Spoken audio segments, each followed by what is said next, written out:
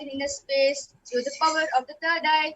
One directly sees the ultimate goal, Laksham, by having the vision beyond the sight that reveals any object or place, a traceless of oneness with the source, Paramashiva. Now, let us see the Abda Pramana, where Bhagavan Krishna initiates Arjuna into the power of third eye. Natu mam shakyase drashtum anenaiva swachakshusha divyam dadami te chakshuhu pashyame yogamaishwaram. Bhagavan Krishna says to Arjuna, but you cannot see my cosmic form with this physical eyes of yours. Therefore I grant you the divine third eye. Behold my cosmic opulence. In the Hindu Purana, Bhagavad Gita, Bhagavan Krishna initiates Arjuna into the power of third eye to behold his Vishwarupa Darshan, a vision of his cosmic form. The 11th chapter of the Bhagavad Gita, which contains the description of Bhagavan Krishna's cosmic form, is completely narrated by Arjuna as he sees Bhagavan Krishna through the third eye. The next is the Atma Pramana, where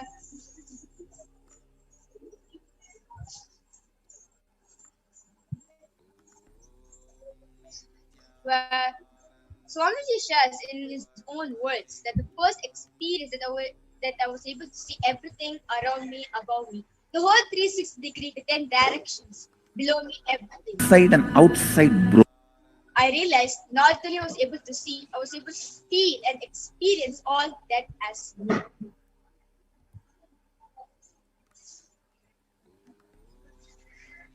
The next is the Pratyaksha Pramana,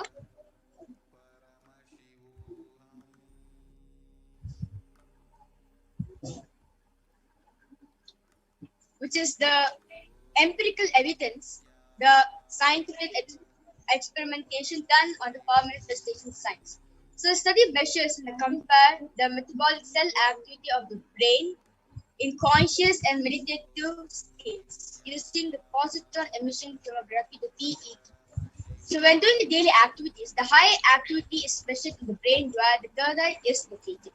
And when in this state of samadhi, only third eye region is active and alive, and almost 90% of the brain is at rest and peace. So without further delay, let us get ready to witness a very unique and extraordinary demonstration of the power of third eye. So along with me here, I have Maniti Virajananda, who is 16 years old and a Balasant of the Nithyananda Gurukul. She's an extraordinary power manifestation. So as all of you can see, I have a medically tested eye band with me. In front is a complete opaque sheet, and behind is a thick sponge where there's 2 holes where the eyes can comfortably sit in. And you can see that there is a strap for the eye band to comfortably sit around the head. And this eye band is medically and scientifically proven that no light can enter this eye band even with the eyes open inside this eye band. So this is the eye band I'll be placing on.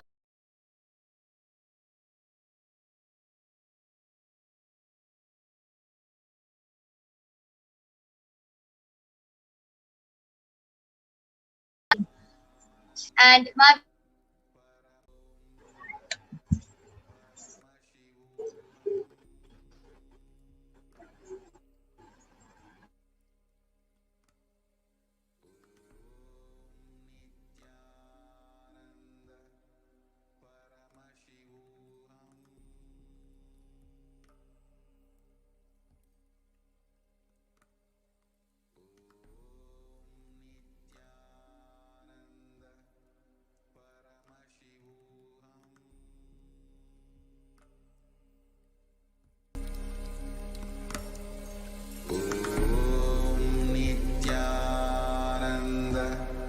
Paramashivoham.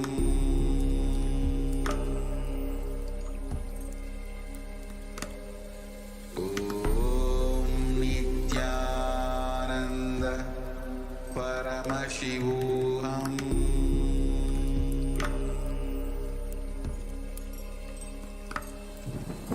Om Nithyananda Paramashivoham.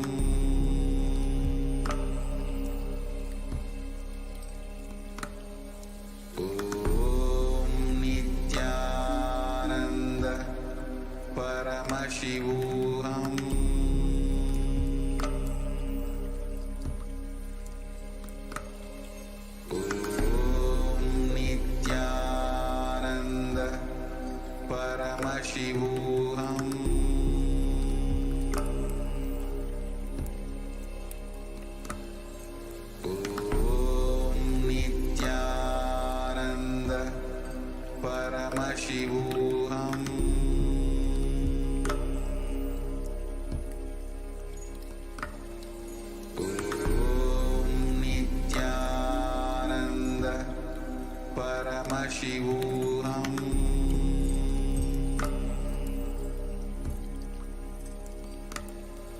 Om Nithyananda Paramashivoham.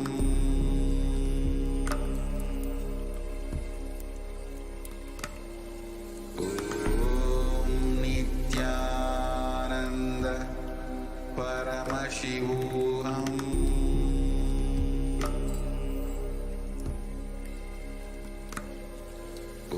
Om Nithyananda Paramashivoham.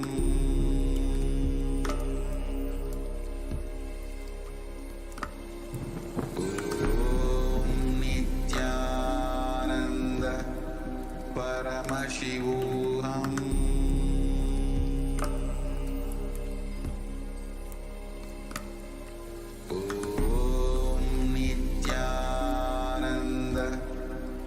Paramashivoham.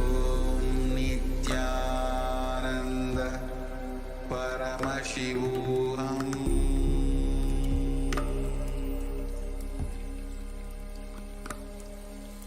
Om Nithyananda Paramashivoham.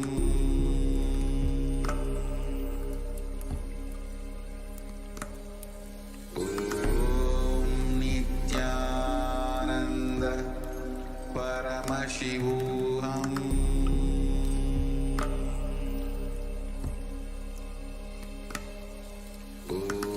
Om Nithyananda Paramashivoham.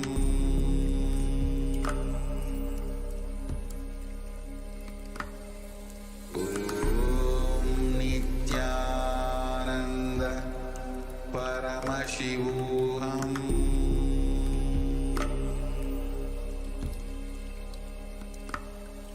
Om Nithyananda Paramashivoham.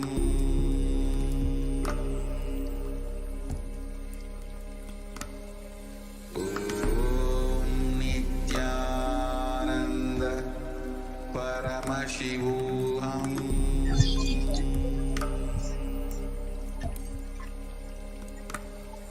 Om Nithyananda Paramashivoham. Yes.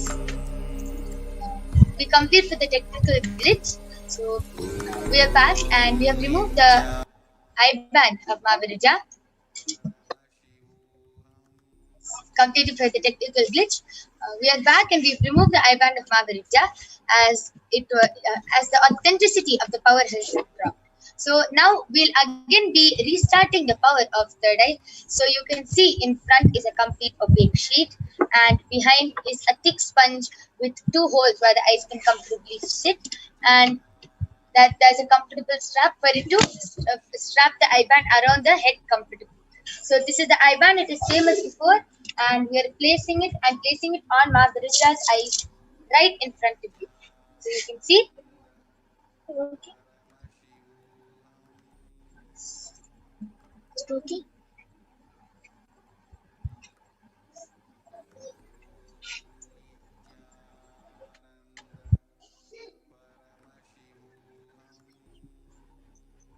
Yes. So Mahaviraja, are you comfortable? Yes. Yes. So I request all of you to start posting your comments as Mahaviraja is comfortable and her eyes are completely tied from all sides. So I request all of you to start posting your comments in the Kailasa's SPH Nithyananda YouTube channel.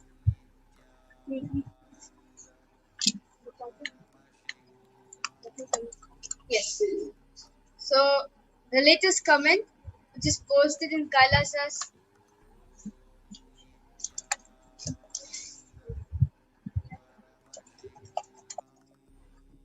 SPH YouTube channel. The before comment is posted by K. Karti has posted Jai Paramashiva.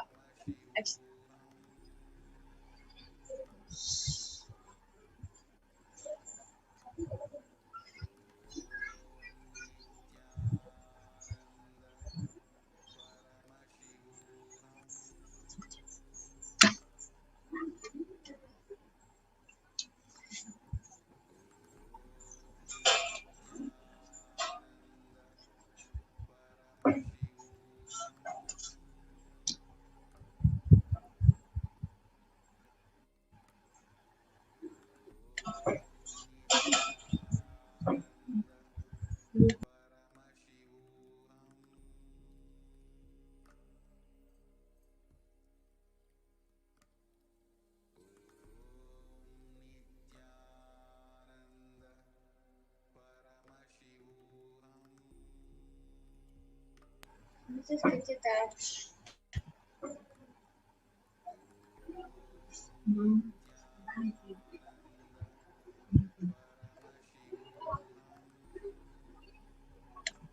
Yes.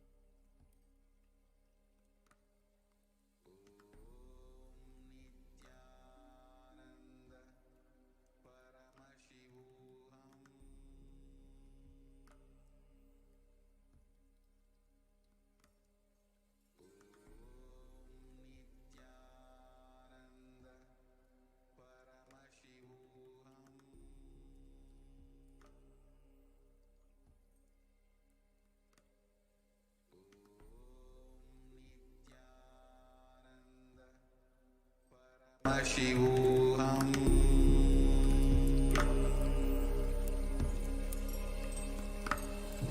Om Nithyananda Paramashivoham.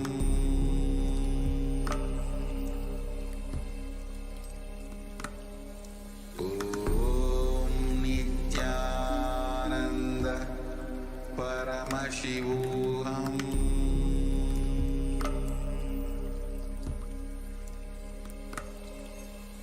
Yes. We're completing for the technical glitch. We will be reading, due to a few technical glitches, we'll be reading from the Kailasa's SPH Nithyananda Facebook page. So I request all of you to start posting your comments in the Kailasa's SPH Nithyananda Facebook page.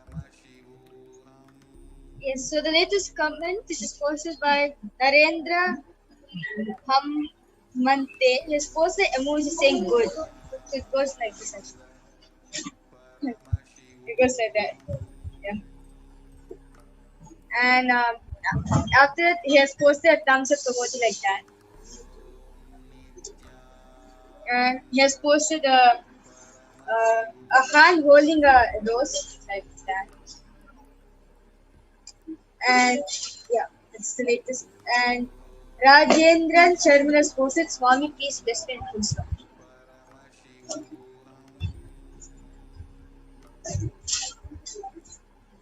Yes, that was amazing. Somavirja was able to read all the stickers and emojis accurately and was able to see with her eyes blindfolded. Yes, all of you can continue posting on the Kailasa's SPH Facebook page. My Shanti Bas has posted a blue color hand holding a pink lotus like that. Beautiful. And Kalyani Ayyanar has posted Om Nithyananda Paramashivoham and Om emoji Namaskar emoji. Etta Gunta Naga. I request the comments to be increased. Okay, Etta Gunta Naga Bhushanam has posted. Give me one flat house in Nellore. A space P, one car, please help me. Sure, Riya, you can post this question Devi Parashakti and she will bless you and you will manifest what you want, Riya.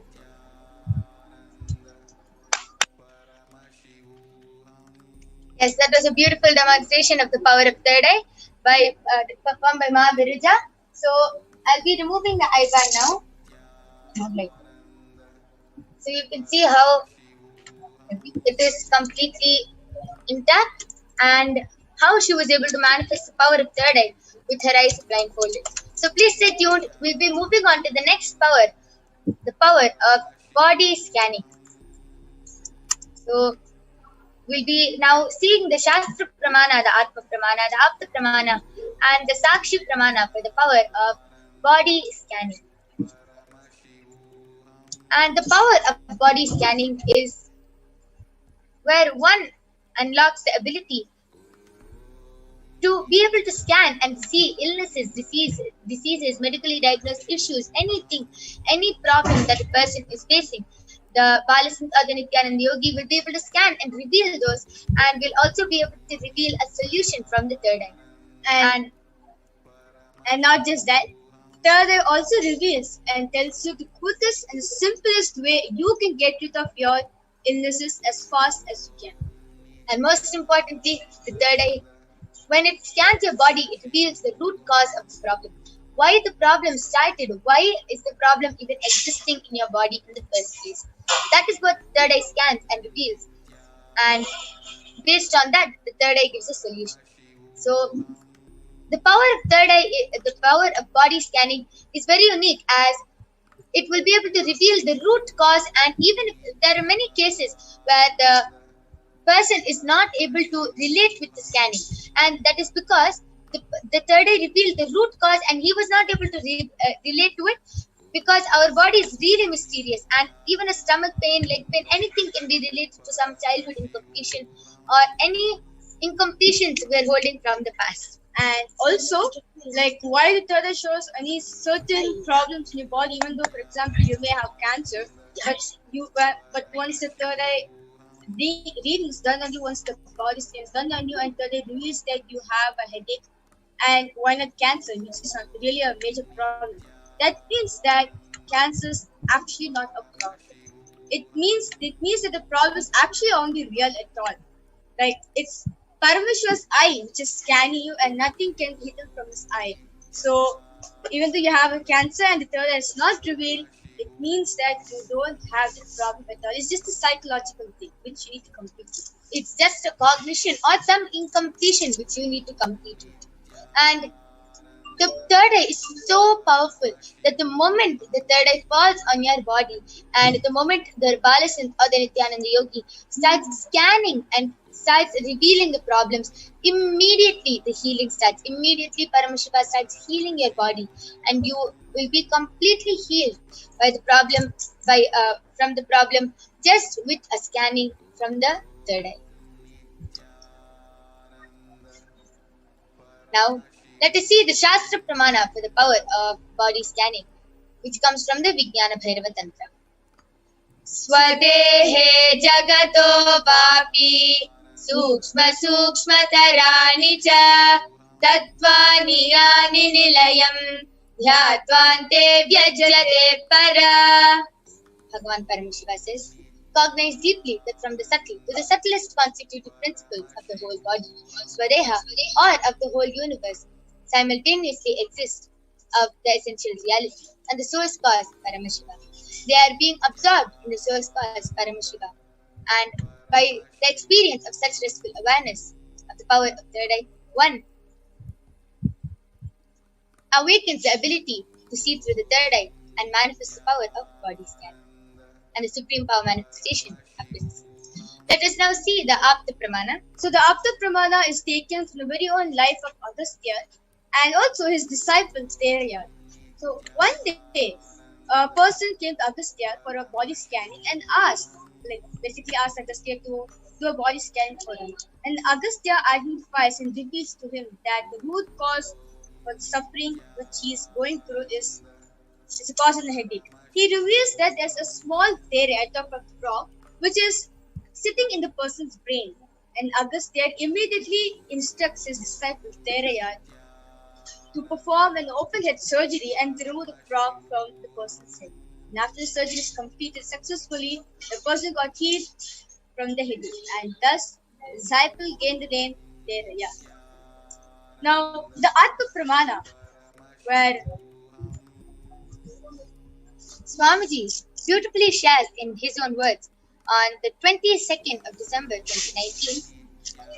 Only when I had a multiple compound hand fracture, I was forced to go for surgery and therefore for medical checkups related to that. At that time, they detected a heavy metal quantity in different organs of mine, and it was revealed that I had been poisoned without our knowledge. I immediately used diagnostic methods instead of medical facilities to study the body condition due to the poisoning. And through the body scanning, I found out what the problems and imbalances had happened and where the balance had to be done. I used allopathy as a second opinion just to verify my findings. And the Sakshi Pramana, various disciples across the globe have experienced it and manifested this science of the power of body scanning. Now let's all get ready to witness a live demonstration for power of body scanning done by the Nithyananda Yogis and the Balasans of the Nithyananda Gurukul after a short break.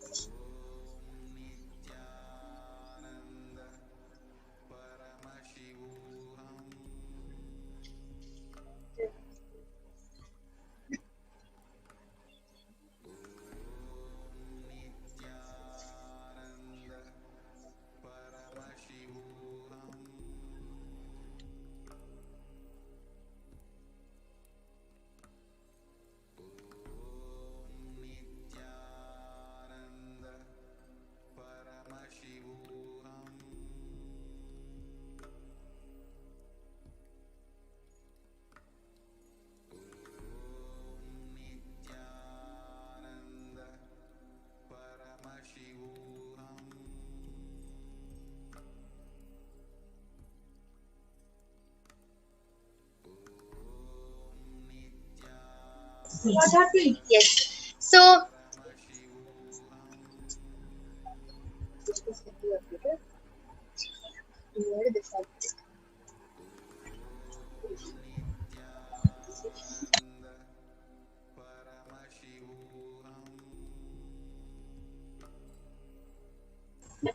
we request the NTV operator to move ahead with the short break as the Balasans and the Nithyananda Yogis are eagerly waiting to manifest the power of body scanning.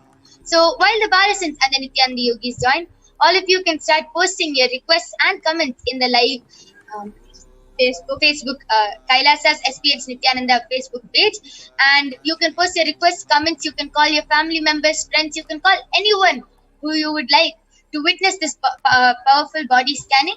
And if you are requesting for anyone of your family members or friends, we request you to get their permission, as it is our integrity to get the permission before doing the scan. So I request all of you to start posting your comments. We'll be right back with the Balasans and the Nithyananda Yogis after a short.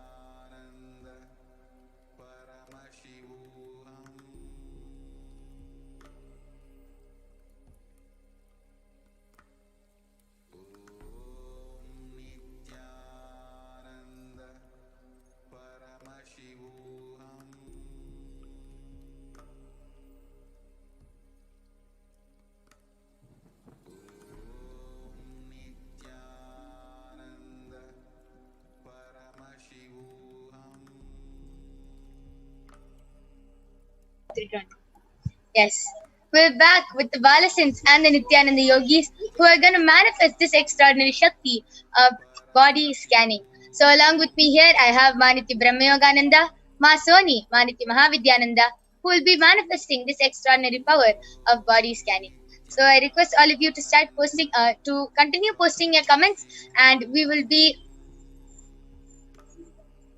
reading out your comments and doing a live body scanning for all of you. Paramashivoham.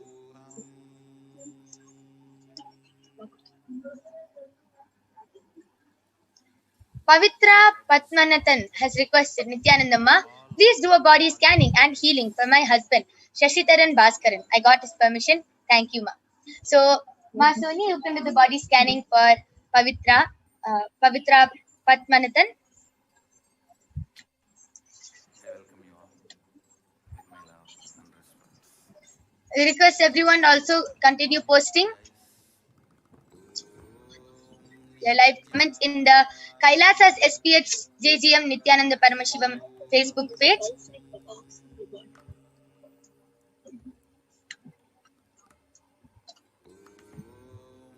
Nithyananda Paramashivoham.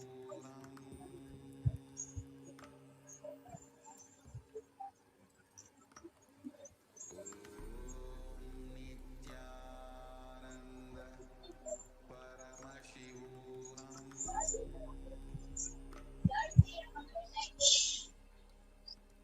Requesting all the viewers to go ahead and post a request for body scanning. You can call your family members, friends, you can call anyone who you would like to witness this body scanning.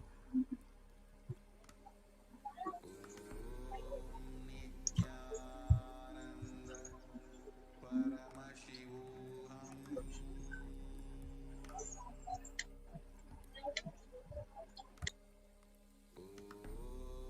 Nithyananda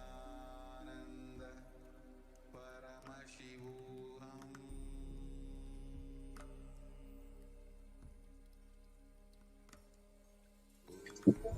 Yes, so I can see many requests where Ellagunta Nagabhushanam has requested, give me one flat house in Nellore, AP, one car, please help me.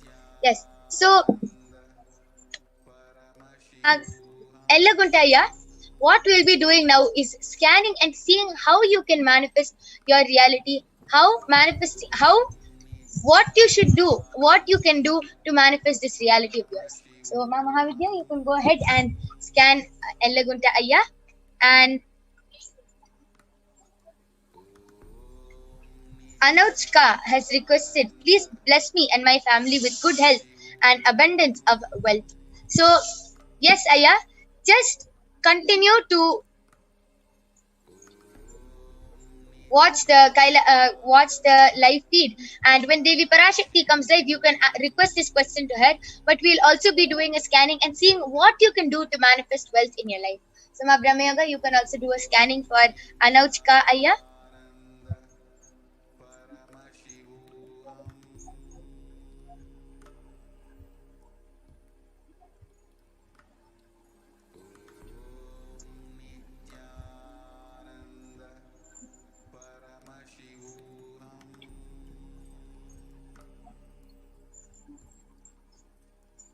Yes. So for Elegant Aya, you had a question regarding request for a flat. So basically abundance and wealth in your life. So wanted to show you that Paramashiva is revealing you need to really improve your digestion, and what you need to do is take Haritaki 3 times a day. So after every meal, and please add castor oil every morning and have that and clean your system. Yes. So this is for Ellagunta Ayya. I request you to get back, Ayya, as this was a scanning for you and scanning of how you can manifest your reality. Yes. Masoni, you can go ahead. Nithyanam, I did the body scanning for Pavitra Padmanathan, my husband, and Ma Paramashiva revealed that your husband gets frequent headache and there's too much fat in his body, Ma.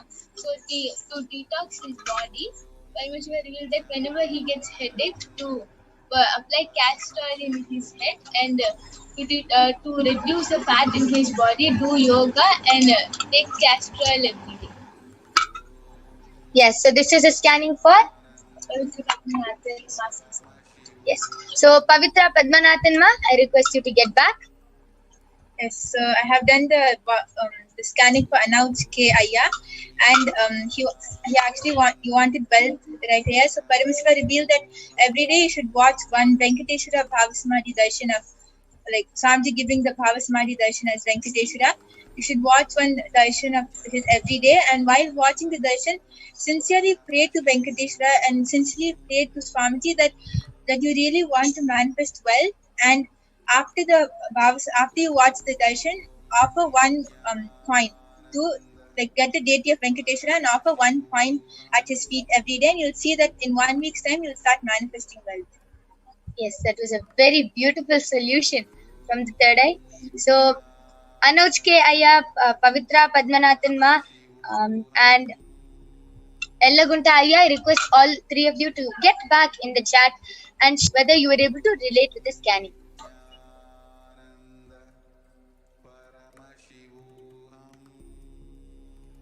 Meanwhile, as we wait, let us move on and ask. I would like to ask you, how do you manifest this extraordinary power, and how do you feel that this is no ordinary power? This is no ordinary thing which any kid outside can manifest.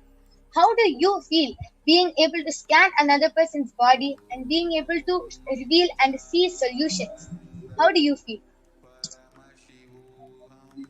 Actually, while I do the body scanning, when I connect to Paramashiva and I close my eyes to do the body scanning, that time I start feeling really happy inside. Like, especially because I'm helping other people. Like, after seeing the comments, like they want to manifest so many things and they have so many problems, I feel really happy that I'm able to give solutions. Like, Paramashiva, I'm able to manifest Paramashiva through me and give everyone solutions. And like, especially like sometimes the way it happens, I feel really happy because the whole thing is like a live 3D movie which happens when I close my eyes. So that also really excites me. So I actually love doing body scanning. And how I do the body scanning is when I close my eyes and I ask Paramashiva for the problem or whatever that person is having, I'll see a picture of a whole body, and then the picture will automatically zoom in and show the part which is affected. And then after that, when I ask for the solution, that picture will vanish and another separate image of the solution will come. So that's how I do the body scanning. Yes, that was an amazing sharing of how you are able to do the body scanning. So let's see if any one of the participants have gotten back. Pavitra Padmanathan ma has gotten back telling, thank you so much ma, it's true ma. Yes, that was amazing.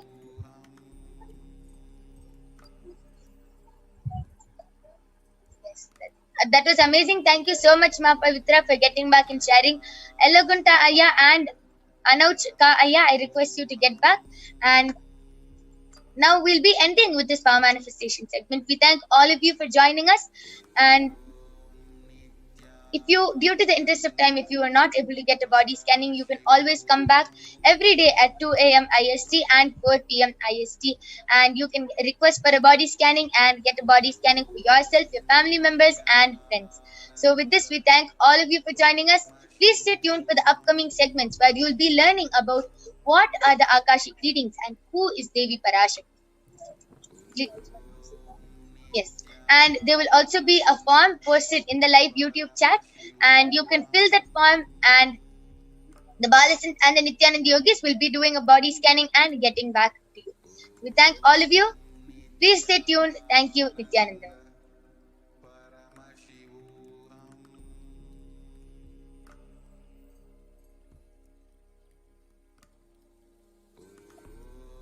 Nithyananda Paramashivoham.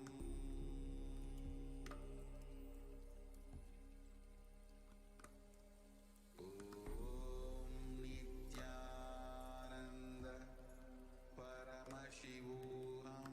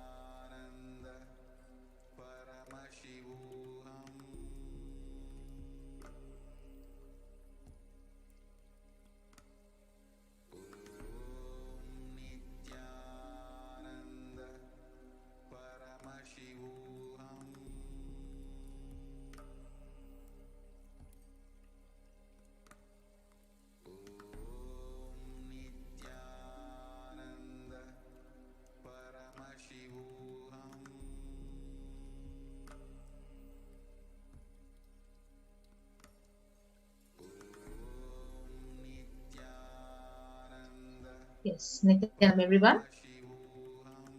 So thank you so much for the Balasans and the Nithyananda yogis. Power demonstration session. So we will now move on to the next segment of this program, learning more about who is Devi Parashakti and the divine feminine consciousness. So we will now be chanting the Lalita Sahasranama. Sindura Trinayana Manikya Mauli Spurat Taranayaka Shekaram Smitamuki Mapina Vakshoruham पाणिभ्यामलिपूर्णरत्नचषकम् रक्तोत्फलं बिभ्रतीम् सौम्यां रत्नघटस्थरक्तचरणां ध्यायेत् परामम्बिकाम्. The Divine Mother is to be meditated upon as shining in a vermilion red body with a triple eye sporting a crown of rubies studded with a crescent moon, a face all smiles, a splendid bust, one hand holding a jewel cup brimming with med and the other twirling a red lotus. Yes, so we'll also move to the next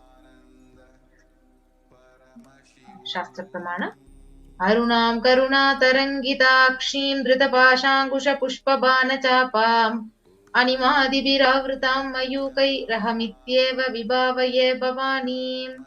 I meditate on the great Empress. She is red in color, and her eyes are full of compassion, and holds the noose, the gourd, the bow, the flowery arrow in her hands. She is surrounded on all sides by powers such as anima for race, and she is the self within me. So Devi is the ultimate pure feminine consciousness. Parashakti is the cosmic mother. It is her cosmic womb from which billions and billions of universes comes out and goes in. So the source where the Big Bang and the black holes go on.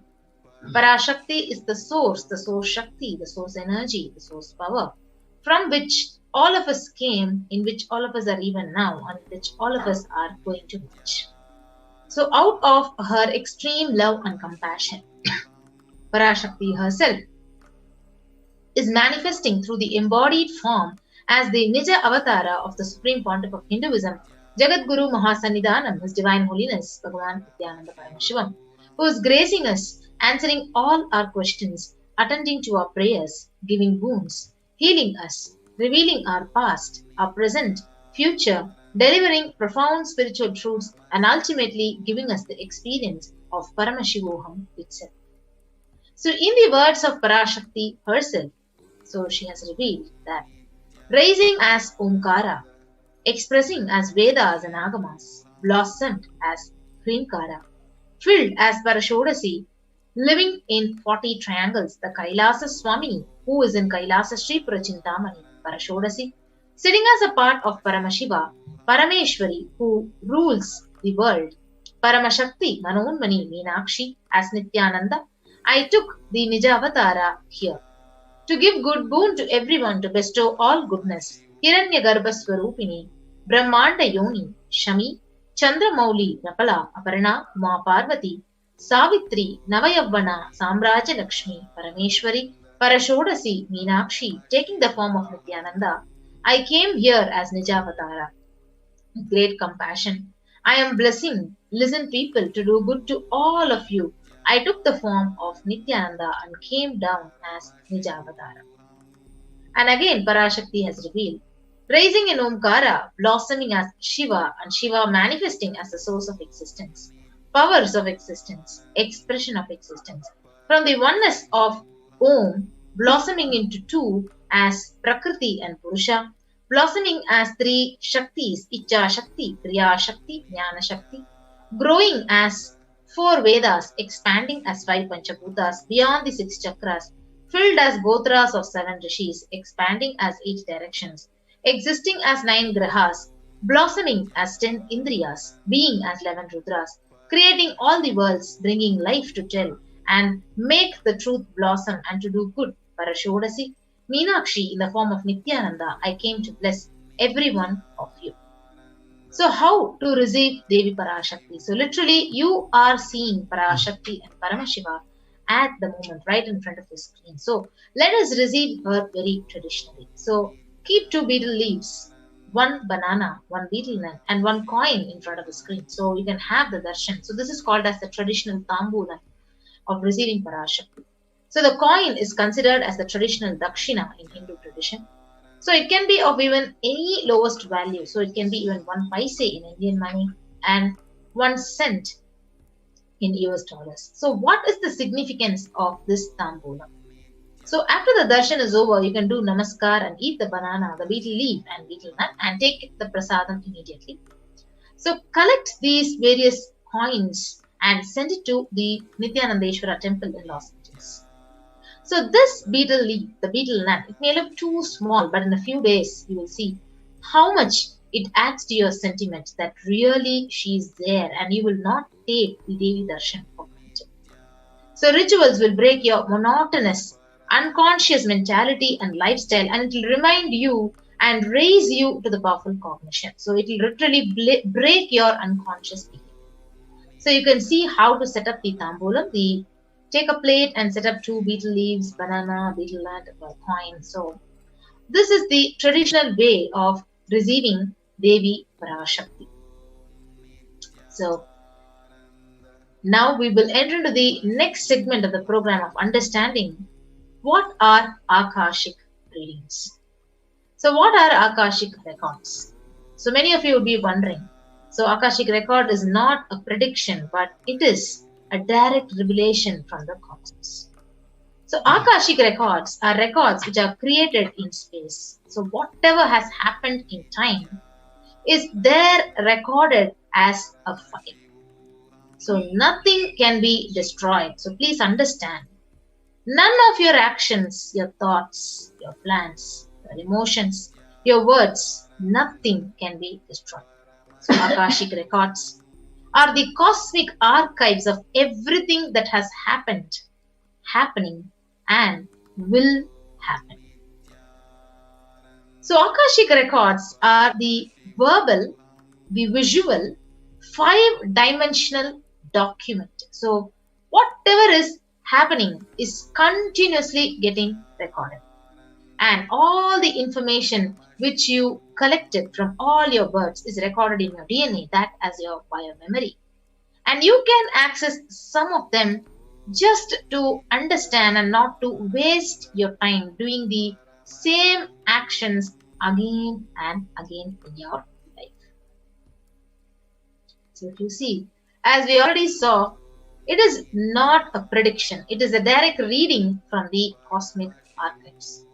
So there is no such thing as past, as present and future. So beyond space, creation and destruction, they happen simultaneously, and in the dimension of time starts the past, the present and the future. But in Akashic records, there is no past, no present, no future, and that is why you call as whatever has happened, whatever is happening and yet to happen is already very clearly recorded. So in Swamiji's words, Bhagavan reveals that nobody has a right to comment on these readings. Nobody has a right to manipulate these readings, and nobody has a right to interpret these readings. They are complete and to themselves. So for anybody to live in tune with the cosmos, the Jivan Mukti, the living enlightenment, does not need any special practice other than listening to these great readings again and again. So when you listen to these great readings, naturally your negative logic is penetrated, it is broken. And these great truths, they settle in your inner space and they make you literally live and radiate Paramashivoham, living enlightenment. So if you see, only an incarnation, avatar of Paramashiva, the Supreme Pontiff, has graced humanity with the blessings and darshan in the form of Devi Parashakti. So revealing the various answers to all our questions, to the yearning of seekers as solutions, as breakthroughs, and liberating humanity from pain and suffering. So whatever question you ask and whatever answer you receive, so the answer is not an answer, but a karmic breakthrough which you directly receive from Devi Parashakti. So now we will enter into the Shastra Pramana, the scriptural reference to manifest the power of Akashic reading. The Vijnana Bhairava Tantra, Dharana 61 and Sutra 84 says, Akasham Vimalam Pashyan Kritva Drishtim Nirantaram Shabdatma Takshana Devi Bhairavam Vapurapnuyat. Bhagavan Paramashiva says, looking at the spotless infinite etheric space, Akasha beyond the sky and clouds, one should fix one's gaze without blinking continuously and make the body and inner space steady and motionless. In that very moment, O Devi, one attains the nature and powers of the infinite space, Bhairava. Next is the Apta Pramana, the reference from the Hindu Purana Mahabharata. So it narrates the story of the great sage Maitreya, who reveals the secrets to Vidura, the story of his birth in the human form and reasons why he was summoned. So sage Maitreya, he accessed the Akashic records and he told Vidura that he was not an ordinary man, but was in fact an incarnation of the Lord of Death, Yamaraja. So he was to play the part of a so-called Sudra for 100 years, being cursed by the Mandukam.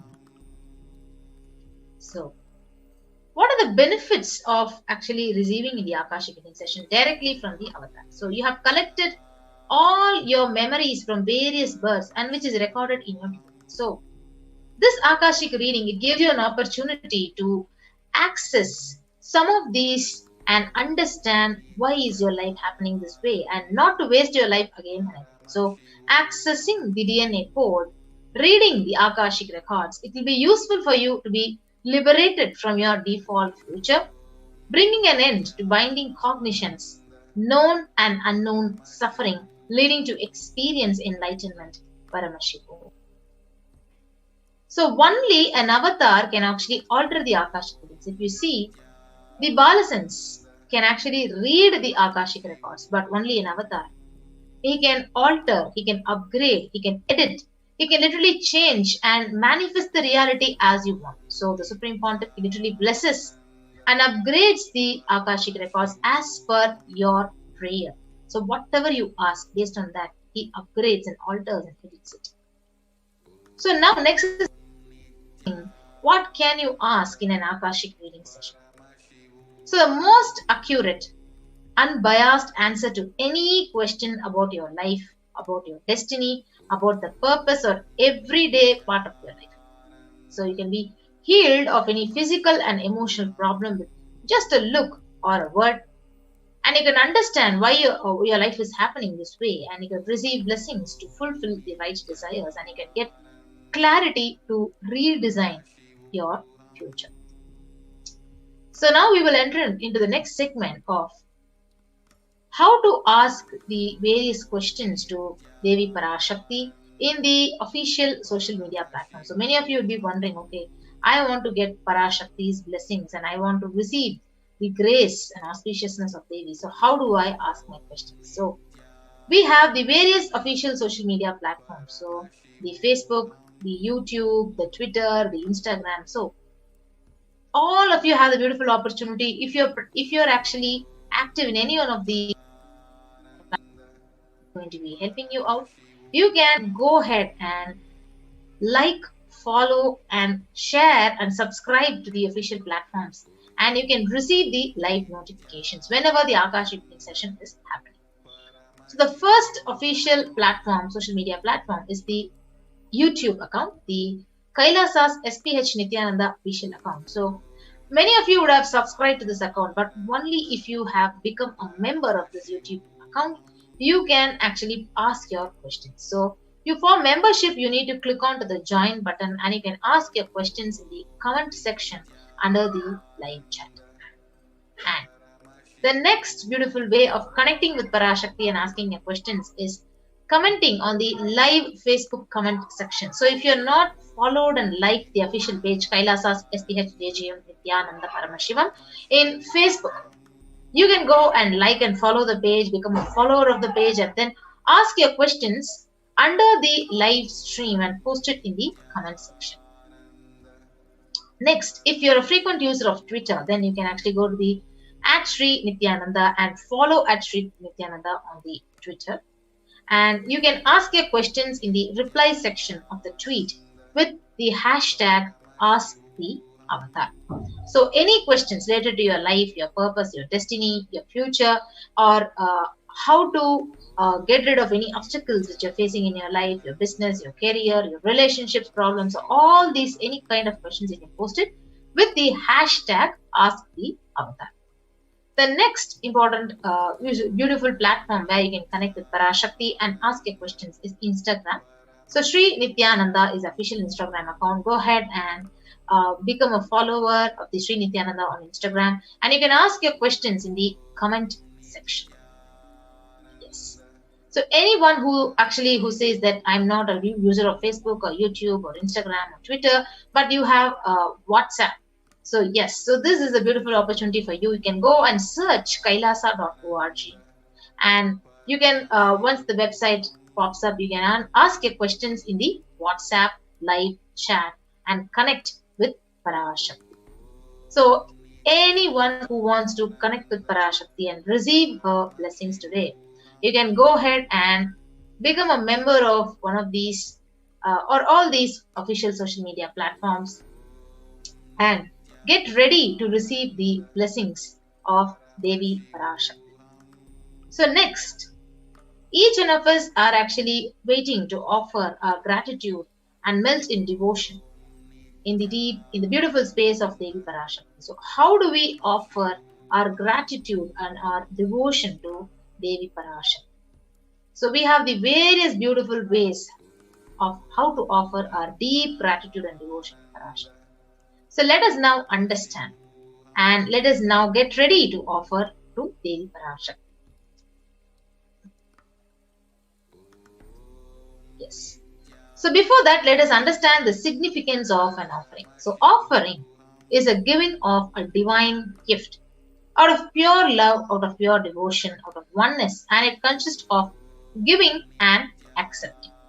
So only when the divine accepts whatever you offer, the offering becomes complete. So offering is not made out of any fear or greed. So when the incarnation lands, the offerings are purely a part of the grand Leela that is played out only for the purpose of enlightenment.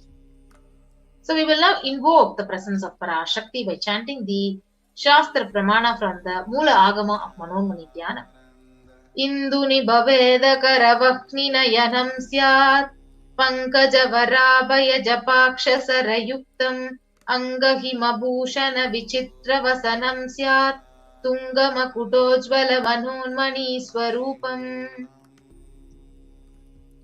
And the translation of that verse, it says, moon-like face holding the Vedas on hand, fire in eyes, with lotus flower gracing and blessing hands, and one hand with Japamala, beautifully decorated with jewel ornaments in wonderful clothes and shining wing crown. Her name is Manonmani. The next Dhyana sloka from the Mulagama of Manonmani Dhyanam. Yaye Devim Trinetram Sashini Bhavadanam Vedahastan Dadanam Savye Padmam Varadama Pare Chabhayam Chakshamalam Divyairabharanair Vibhushita Tanum Brahmadi Vipujitam Devi Meva Manonmanim Pratidinam Kamarta Datrim Shubham. And the English translation says, I meditate on Devi with 3 eyes glowing like a moon and hold the Vedas, lotus and gracing with blessing and gracing hands. She is wearing beautiful ornaments and worshipped by Brahma and many gods, and she showers auspicious boons for all the actions every day. Yes, so we'll understand the significance of the divine element gold. So the Atharva Veda, it states, Tredajutam janmanedam hiranyam agnerakam priyatamam babuva somasyaikham insitasya para pataptata apamekam veda samreta ahustatte hiranyam trividastvat vise. Triply born by birth is gold, from the atoms of Agni is one, it becomes dearest to the Agni. One fell away from the Soma when it was heard. One they call the seed of virtuous and powerful Apaha, the watery molecules. Let that triple gold be for your long life. So gold is a divine element. It purifies anything and everything it touches, and it is an element of spiritual significance and great spiritual power of healing and enlightenment. The vibration of gold has the power to infuse sattva energy and positive thought currents in anyone who wears and anyone who sees or operates in its vicinity. So gold is actually present in all the scriptures, the Agamas, the Vedas, the Shrutis, the Smritis, Itihasas and Puranas. In all the Hindu scriptures, it is abundantly displayed that gold is the most auspicious and purest metal which purifies our very being. So in Hindu civilization, everything was built in gold, exchanged in gold, and ritual feasts were offered in golden bricks. So when one was to be saved from life-threatening illnesses, gold was offered as a ritual fee. Gold was in abundance and used for weighing equivalent amounts of commodities, including cows. Kingdoms were built with huge doors of gold. Streets would have huge columns and huge archways made of gold. Horses and cows were dressed in gold.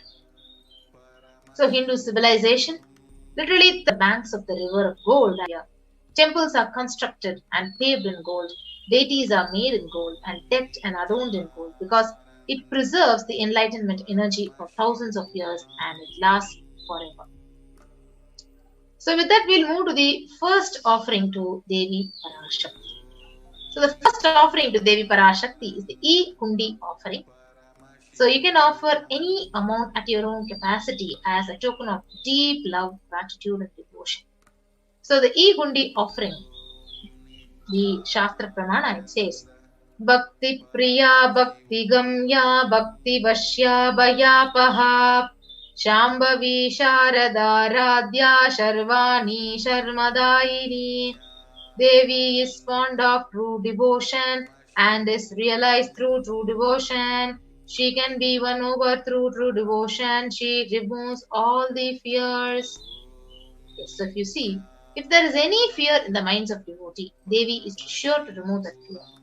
It is stated that Devi likes to be worshipped in autumn, and here it is meant that autumn of our lives, when thoughts turn more and more inwards. The role of the divine is known and understood very clearly.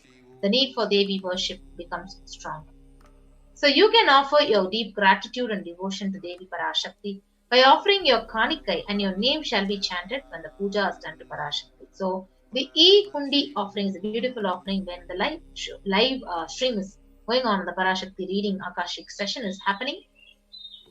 You can offer it through the super chat and super sticker option in the YouTube live chat. So I'll be taking you through a walkthrough after we have a brief of all these offerings to Devi Parashakti. The next offering is the offering of Sankalpa chanting. Tayaitan mohyate vishvam saiva vishvam prasuyate Saya chitta cha vijanam tushta rudim prayaschati. The goddess enchants this universe and she herself gives birth to this universe. The goddess, being prayed without interest in anything, gives that knowledge that leads to salvation and gives wealth in materialistic sense. So this is from the Devi Mahatmyam chapter 12 and verse 34. So offering the Sankalpa conscious resolution, it blesses the person offering with all the fruition of desires and wishes that he is yearning for and he is yearning to manifest. So Sankalpa chanting is only $1 and you can go ahead and offer by clicking onto the link tiny.cc/Devi-offerings. The next offering is the offering of the Sahasranama Swarna Kasu. So the Lalita Sahasranama, the verse 731, it beautifully says, Nama Parayana Prita. So that means she who likes the repetition of her various names. So this is the offering of 1008 names of Devi Parashakti, and it is a very special and unique archana which is offered to the Mahameru of Devi Parashakti. So you can offer a gold coin which is inscribed with each of the 1008 names and receive the blessings to have all the Ananta Kalyana Gunas, all the divine qualities of Devi Parashakti. So the Sahasranama Swarna Kasu is available in 3 sizes at 3 denominations, $75, $151 and $251. You can actually offer it by going to the link tiny.cc/Devi-offerings. Now we have the next offering, the offering of the Mukta Anguti, the finger ring with the pearl. So the Meenakshi Pancharatnam, it says, Muktahara Lasat Kirita Ruchiram Purnendu Vaktra Prabham Shinjannu Pura Kinkini Manidaram Padma Prabhabasuram Sarvabhishta Falapradam Girisutam Vanirama Sevitam Meenakshim Pranatosmi Santatamaham Karunyavaram Nidim. I bow to the goddess Meenakshi, whose crown has garlands of pearls, and the face shining like a full moon, who wears anklets that are studded with gemstones, and has small bells, who is shining like the splendor of lotus, who grants all the wishes, the daughter of the mountain, who is worshipped by goddess Vani and Rama. I remain ever bowing to the goddess Meenakshi, the ocean of compassion. The finger ring with the pearl is a beautiful offering where you literally the finger of Parashakti and receiving her blessings when you are offering this finger ring with the pearl to be showered by her deep compassion and pure love, especially in all your business endeavors. So this finger ring with the pearl is available at $251, $501 out $750. So the next offering is the offering of the Swarna Padma Pushpam, the golden lotus. The Kamikagama, it says, Ashtavidhyeshwaropeta Kumbhavarana Samyutam Sarvesa Sutra Vastradya Hema Pankaja Bhushitaha Sapidana Saksakurchascha Pakva Bilva Phala Prabha Snapannadhyaya Samsiddha Pramanena Samandita. All the kalasas should be wound around with suitable thread and covered with a new cloth. They should be adorned with lotus flower made of gold. So this is one of the reference from the Kamikagama, which speaks about the lotus flower, which is used in various offerings. And there are hundreds of references for using the lotus in the worship of Paramashiva. So almost everything in the worship of the ultimate, it involves the consecration of deities of worship or meditating or mudras, asanas, which are used during worship. It involves the lotus flower, the lotus leaf, the lotus pericarp, the lotus petal. So lotus itself is a divine flower. Shakti of Paramashiva is called as a lotus. Base of Paramashiva Linga is a lotus. The disciple of Paramashiva is also considered as a lotus. So you can offer the golden lotus in any size you wish to, and you'll be blessed to have the state, the space, the powers and being of Parashakti in your inner space amidst any or every adverse situation in your life. So the Swarna Padma Pushpam can be offered at $600. The next offering is offering of Swarna Metti, the golden touring. So the scriptural reference, it says, Nakadhiditi Sanchanna Namajjana Tamo Guna Padadvaya Prabhajala Parakrita Saroruha. You whose brightness from chonains to destroy the darkness of ignorance from the minds of your devotees who prostrate at your feet. You whose brightness from your 2 feet overpowers that of the lotus flower. Yes, so you can offer the beautiful Swarnametti, the golden touring, to Parashakti, adorning her sacred feet, to be in constant gratitude for receiving her blessings, even in the most difficult aspects of your life. So you can offer the Swarnametti at $750. The next offering is offering of Swarna Mangtika, the golden hairline jewelry. So the verse, it says, Sudha Sarabi Varshini. She who makes the nectar flow in all our nerves from the Sahasrara, that is, she who gives the very pleasant experience of the ultimate. So the Mangtika, it represents the nectar flowing from the Sahasrara chakra, which is fully opened. So you can offer the Swarna Mangtika to Devi and receive blessings of achieving the blissful state of overflowing gratitude and the space of complete completion at $750. The next is the beautiful offering of Pratyaksha Pada Puja, where each one of us will have to experience the breathing space of Devi Parashakti through the Supreme Pontiff of Hinduism. So the sloka 83 of Saundarya Lahari, it says, Nakhadiditi sanchanana majjana tamo guna padadvaya prabhajala parakrita saroruha. The illumining splendor of Devi's toenails dispel the darkness of ignorance in the devotees prostrating at her feet. Her feet defeats the lotus in beauty. The sloka 83 of Saundarya Lahari states that the nails have been sharpened by constantly being touched by the crowns of the celestial beings who always prostrate before Parashakti. So Tamoguna is darkness. And in the sloka, Tamas is indicative of ignorance in the minds of devotees, and by constantly prostrating before Devi, their ignorance is removed and they attain knowledge. So you can offer the Pratyakshapada Puja and receive the blessings and auspiciousness of the Supreme Pontiff of Hinduism, Jagat Guru Mahasanidhana, His Divine Holiness, Bhagavan Nithyananda Paramashivam. And we have the Vastra Seva, which is also a part of the Pratyakshapada Puja, at $1,008. So the sacred cloth offering to the Supreme Pontiff of Hinduism. And this is a beautiful way where you can receive all the auspiciousness, all the blessings of Supreme Pontiff of Hinduism. And now we have here the compilation of all the offerings to Devi Parashakti. The E-Hundi offering where you can offer it at any amount, and the Sankalpa chanting, the conscious resolution, we can offer it at $1. The Devi Sahasranama Kasu, the pure gold coin, each one with a sacred name of Devi from 1008 names. It is available at 3 sizes, $75, $157 to $51.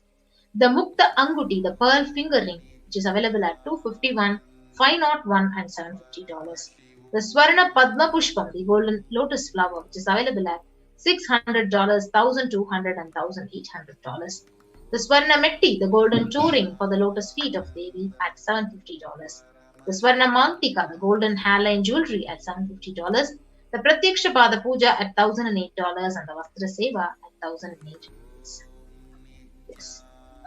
Now, we have the beautiful opportunity to actually offer all these sevas. So first thing is, you can go ahead to the registration form, and if you're ready to offer any one of these sevas and you have an intention to offer any one of these specific sevas, you can go to the form, you can fill out tiny.cc/Bhava Samadhi.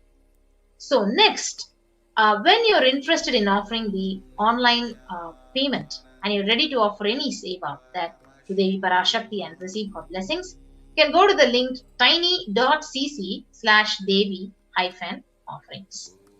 And once you do the payment and you're ready and you've offered the seva, you can go ahead and go to the link tiny.cc/Sankalpa2021. So this is the way where when you actually give all your names would be chanted when the puja is done to Devi Parashakti.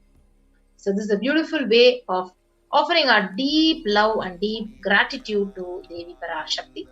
So I'll keep this slide projected for all of you to go ahead and sign up and receive Parashakti's blessings. So I'll also be taking you through a quick walkthrough of how to do an online payment and how to make an online payment.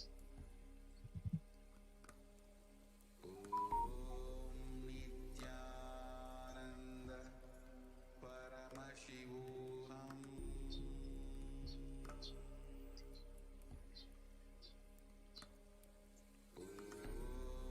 Nithyananda Paramashivoham.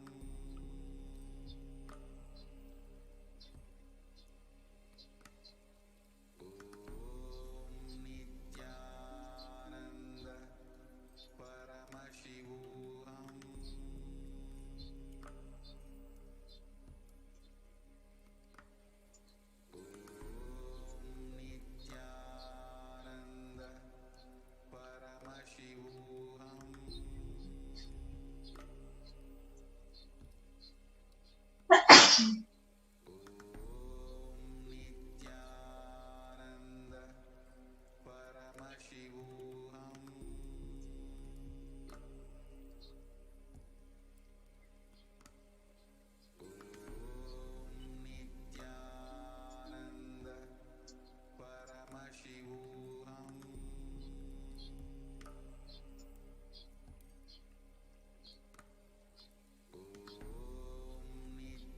Yes, now we'll be quickly going through a walkthrough. So now you can see the various Parashakti Bhava Samadhi Darshan donations. So now we have actually opted for the Pratyaksha Pada Puja offering to Devi Parashakti, the Supreme Court of Hinduism, which is $1,000 and each dollars. You can go ahead and add it to the cart. So click on to add to the cart. So once you add to the cart, you will be actually guided to the next page where when you go down and scroll, you will see the option of proceed to checkout.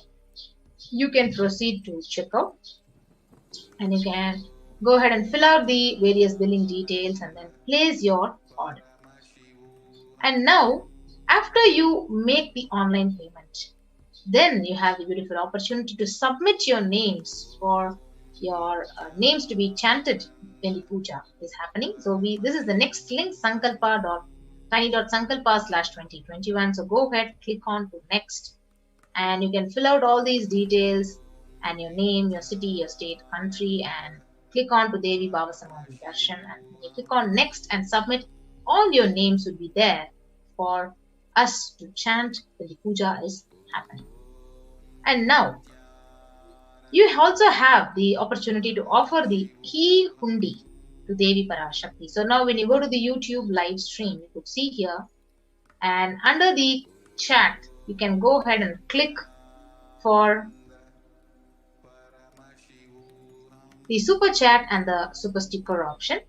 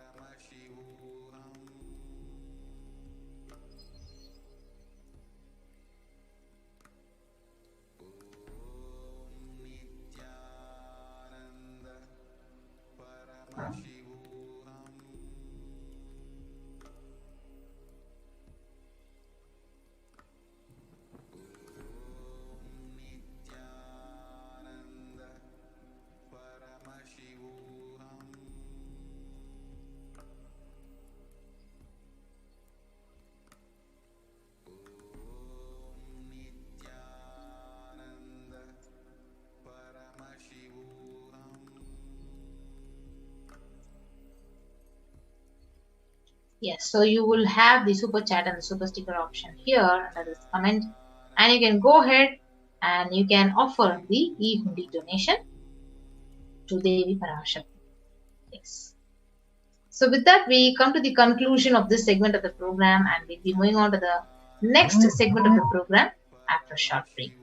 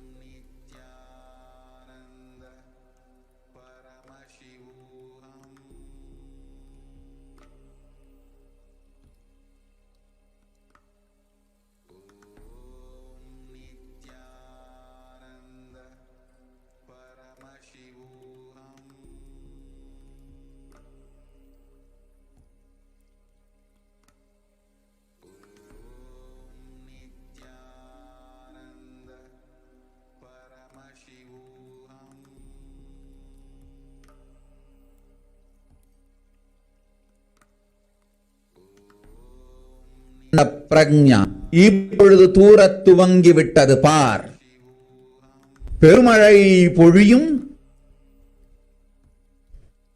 துக்கங்கள் தீரும், காட்டுத்தீ இருக்காது, அன்னை அருள்மழை தந்தேன், தூரத் துவங்கிவிட்டது உன் நாட்டில், போய் வா.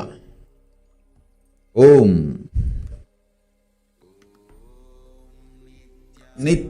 Nityananda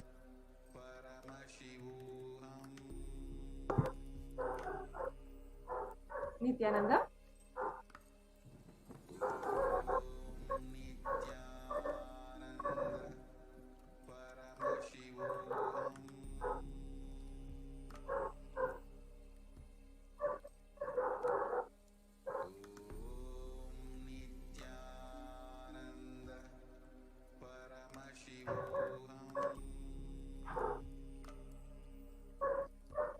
Nithyananda. So now let us begin the segment on the revelations to the world by Devi Parashakti. For the last few months, Devi Parashakti has been guiding each and every one of us, guiding us to see how we can navigate our lives during this really intense times. In this Akashic reading, the revelations given by Devi Parashakti, she has revealed when it will start raining in a certain place in the United States. She answers Nithyananda Prajna, see right now it has started showering. Huge rain will be showered, sufferings will be solved. Forest fire will not be there.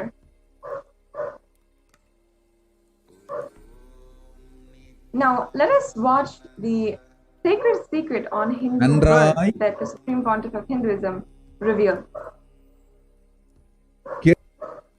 நன்றாய் கேட்டுக்கொள். உன் கேள்விக்கு உன்மூலமாய் உலகெங்கும் இருக்கும் இந்துக்கள் எல்லோருக்கும் அளிக்கின்றேன் உத்திரம். கேட்டு வாழ்ந்தால் உங்கள் வாழ்க்கை பத்திரம். நன்றாய் கேளுங்கள். பிறப்பின் ரகசியத்தை பிறப்பிலா பெருமை உடைய பரமேஸ்வரி சொல்லுகின்றேன் கேளுங்கள்.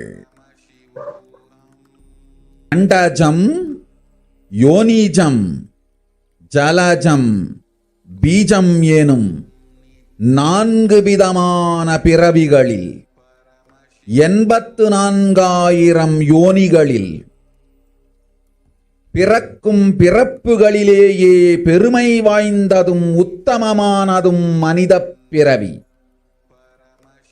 அந்த மனித பிறவியிலும் பலமுறை பிறந்து உழன்று அரசியல், பொருளாதாரம், சுகபோகம், தர்மம், அர்த்தம், காமம் எனும் ஆசைகள், துக்கங்கள், அச்சங்கள் அனைத்திலும் அழன்று உழன்று இனி வேண்டாம் இப்பிறவி, வேண்டுவது மோட்சமே என்று முடிவெடுத்தோர்க்கு மட்டுமே ஹிந்து மத யோனிஜம், ஹிந்து பெற்றோர்க்கு பிறந்திடும் சனாதன ஹிந்து தர்ம யோனிஜம், மனித பிறவி உத்தமம், சனாதன ஹிந்து தர்ம மனித பிறவி உத்தமோத்தமம். இந்த உத்தமோத்தம பிறவி எடுத்த எல்லோருக்கும் ஜீவன் முக்த விஞ்ஞானத்தையும் சனாதன தர்மத்தையும் காக்கின்ற கடமையும் உண்டு. அதனால் வருகின்ற நன்மையெல்லாம் அனுபவிக்கும் உரிமையும் உண்டு. இந்த கடமையை செய்வோம் என்று சத்தியம் செய்ததனால்தான் அந்த உரிமை அளிக்கப்பட்டது. பூமிக்கு வந்தபின் மனம் மயங்கி மதிமயங்கி சனாதன தர்மம் காக்க மறந்ததனால் மாயை அவர்கள் உயிரை பறிக்கின்றாள். நன்றாய் புரிந்து கொள்ளுங்கள். உயிரை கொடுத்தாலும் தர்மத்தை காப்போம் என்று உறுதி எடுத்தவர்க்கே சனாதன இந்து தர்ம யோனிஜம் அளிக்கின்றேன் யான். உடல் பெற்ற பிறகு ஊழிப் பெருவலியால் ஆசை அச்சங்களை உதறவிடாது, உதறியும் விடாது சனாதன இந்து தர்மம் காக்க மறந்தோரை உயிர் வாழத் தகுதியில்லாதவர் பட்டியலில் உடனடியாய் மாயை சேர்க்கின்றாள். அதனால் ராட்சசர்களும் அசுரர்களும் தானாகவே இவர்கள் உயிரை எடுக்கின்றார். நன்றாய் புரிந்து கொள்ளுங்கள். உயிரை கொடுத்தாலும் தர்மம் காப்போம் என்று நிற்பவர்க்கு நிலைத்திடும் வீரஸ்வர்க்கமும் கைலாச பதவியும் எக்காரணம் கொண்டும் தர்மம் காக்க மறந்த உத்தமோத்தம ஜனனமான சனாதன இந்து ஜனனம் பெற்ற மக்களுக்கு இல்லை வேறு கதி. சனாதன இந்து தர்ம மனித ஜனனம் உத்தமோத்தம மனித ஜனனம். உங்கள் உரிமை உலகில் அதிகம், உங்களுக்கு கடமையும் உலகில் பெரிது. தர்மம் காத்தாலே கடமை, தர்மம் காக்காதார்க்கு உயிர் வாழும் உரிமை இல்லை.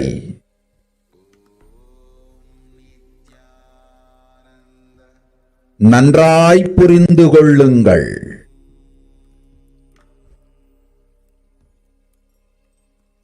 உத்தமோத்தம பிறவியான சனாதன இந்து தர்ம பிறவி எடுத்த எல்லோரும் புரிந்து கொள்ளுங்கள். உங்கள் வாழ்வின் முதற்கடமை தர்மம் காத்தல். தர்மம் காக்க தர்மம் உங்களை காக்கும். சனாதன இந்து தர்மம் காக்க மறந்திட்டால் வாழும் உரிமையை நீங்கள் இழந்து விடுகின்றீர்கள். அதற்கு மேல் வாழ்ந்தென்ன அழிந்தென்ன? பூமிக்கு பாரம் குறையட்டும் என்று அசுரர்களும் ராட்சதர்களும் உங்களை உண்டு தீர்க்கின்றார்கள். அதையும் மாயை கண்டு சும்மாவிருப்பாள். பிரபஞ்ச ரகசியத்தை, பிறவியின் ரகசியத்தை உலகிற்கெல்லாம் உத்தரமாய்ச் சொல்லிவிட்டேன். புரிந்து வாழ்வில் நடந்து உயிரை பத்திரமாய் பார்த்துக் கொள்ளுங்கள். அன்னை சொல்லும் அருள் சத்தியம் இது. ஓம் ஓம் ஓம். Yes, in the next slides, we'll be understanding what Devi Parashakti said in English. So she said, listen, Andhajam, Yonijam, Jalajam, and Bijam. Like this, in 4 types of births, 8400,000 yonis. In all these births, the greatest birth of them of all is the human birth.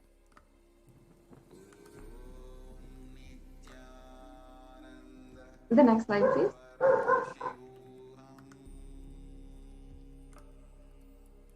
And those who decide of not wanting this birth, wanting only moksha, only those have the Hindu Dharma Yonijam, the Sanatana Hindu Dharma Yonijam of being born to Hindu parents.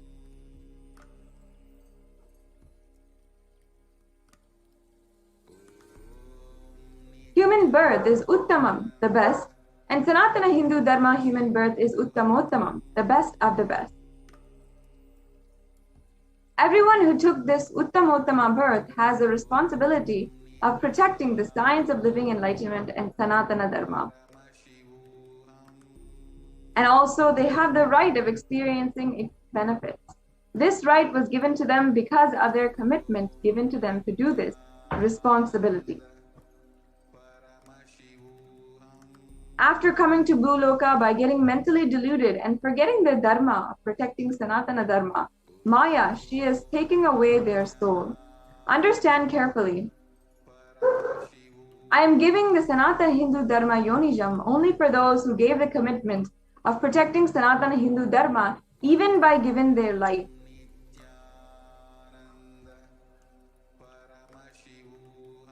After getting the body because of painful deluge, not dropping fear and greed, for those who forgot to protect Sanatana Hindu Dharma, Maya, she will immediately add them to the list of those who are not worthy of living.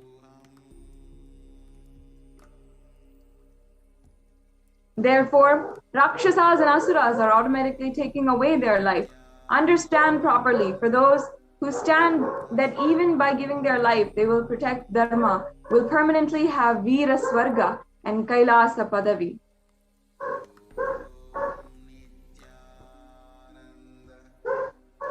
For any reason, people who forgot to protect Dharma having Uttamottama birth of Sanatana Hindu Dharma birth, there is no other way for them.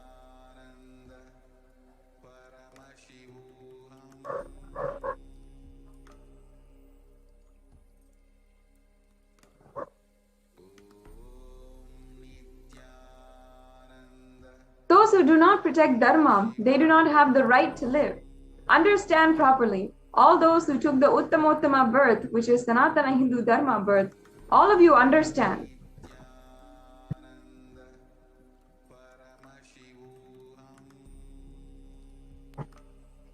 The first responsibility of your life is protecting Dharma. If you protect Dharma, Dharma will protect you. If you forget to protect Sanatana Hindu Dharma, you lose the right of living.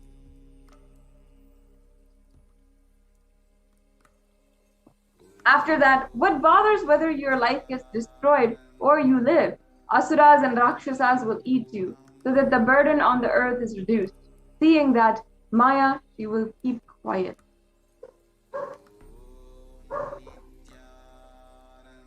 And now we're seeing some of the facts, some of the ways that what Devi is saying has literally come true and has been shown by the number of lives lost, especially in India. So if you see, an overwhelming majority of Hindus, 94% live in one country, which is India. And the largest population outside of India are those in Nepal, which is 2% of all Hindus. And in Bangladesh, which has 1% of all Hindus. And Devi Parashakti had said that if you are Hindu and you forget to protect Sanatana Hindu Dharma, you lose the right of living. Hindus are in India and they are more susceptible to the pandemic. As of 25th of May 2021, the New York Times says the actual figures are likely to be much higher, with more than half of the Indian population infected with COVID or in a worst case scenario. So as you can see here by the New York Times, they've given us some figures with 700.7 million estimated infections and 4.2 million estimated deaths. As we're seeing the alarming and shocking numbers, we have to remind ourselves why this is happening and why Devi Parashakti is guiding us in such a way, especially during these times when it's so difficult to navigate an extremely dark route and you're not able to see what is right, what is good. Devi Parashakti has been so many times telling again and again, even telling us that we are not listening and that we have to listen in order to protect ourselves, that Hindu lives should be protected and we should be ensuring that we are safe. The New York Times says the actual figures here are likely to be much higher and with more than half of the Indian population infected with COVID. And we can see here a graph of the Indian population at 136 crore or 1.36 billion people versus 70 crore or 70 million affected. So now we'll watch a brief video on the Krimi Bhojanam hell opened in India. This is one of the revelations that Devi Parashakti made for the whole world.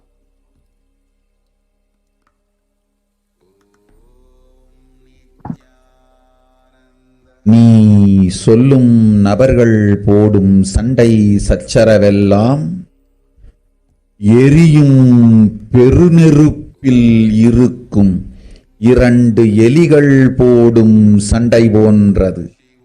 யார் சரி யார் தவறென்பது இப்பொழுது முக்கியம் அல்ல. உயிர் காத்துக் கொள்ளுங்கள், எல்லோரும் நன்றாய் புரிந்து கொள்ளுங்கள். நன்மையைச் சொல்லுகின்றேன், உண்மையைச் சொல்லுகின்றேன். இந்திய நாட்டில் இருக்கும் மக்கள் எல்லோரும் கேளுங்கள். கருட புராணத்தில் வியாசன் சொன்ன கிருமி போஜனம் என்னும் நரகம் திறந்து நேரடியாய் இந்தியா மீது இடிபோல் விழுகின்றது. ஆதி கைலாசத்திற்கு ஓடிச் சென்று வருமுன் காத்துக் கொள்வது மட்டுமே ஒரே வழி. கொரோனா பெருந்தொற்று கொள்ளை நோய் கிருமி போஜனம் எனும் நரகத்தை பூமிக்கு கொண்டு வந்து விட்டது. அகோர தாண்டவத்தின் ஆட்டம் யாராலும் அடக்க முடியாத அளவிற்கு ஆரம்பித்து விட்டது. புதிதாய் உருக்கொண்டிருக்கும் இந்த நுண்ணுயிரி மைல்கள் கடந்தும் காற்றினில் உயிரோடு இருந்து மற்ற உயிர்களையும் அழித்து உடல்களை தின்னும் பெரும் வலிவு கொண்ட பேரசுரர்களாய் வலம் வரத் துவங்கி விடுகின்றது. நன்றாய் புரிந்து கொள்ளுங்கள். வருமுன் காத்துக் கொள்ளுங்கள், அது ஒன்றே வழி.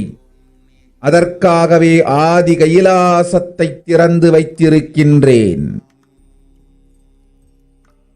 உயிர் காத்துக் கொள்ள வேண்டி விரும்பும் எல்லோரும் ஓடுங்கள் ஆதி கைலாசத்திற்கு. இந்தியாவில்தான் இந்த நரகம் திறந்து உலகெங்கும் பரவப் போகின்றது. கிருமி போஜன நரகம் பூமிக்கு வந்துவிட்டது. மனிதர்கள் செய்த மகா கொடுமைகளினால்.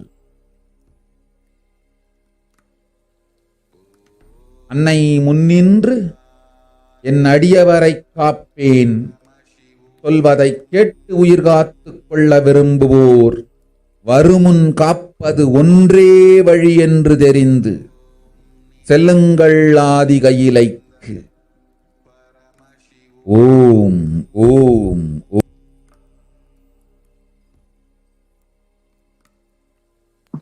Now Devi Parashakti warned us, everyone in India, all of you listen, the hell of Krimi Bhojanam that was mentioned by Vyasa in the Garuda Purana has opened, and it is directly falling on India as thunder.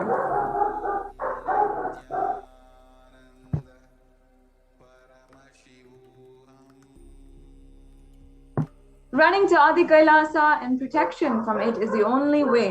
Deadly corona life-taking disease has brought hell known as Krimi Bhojanam to the earth.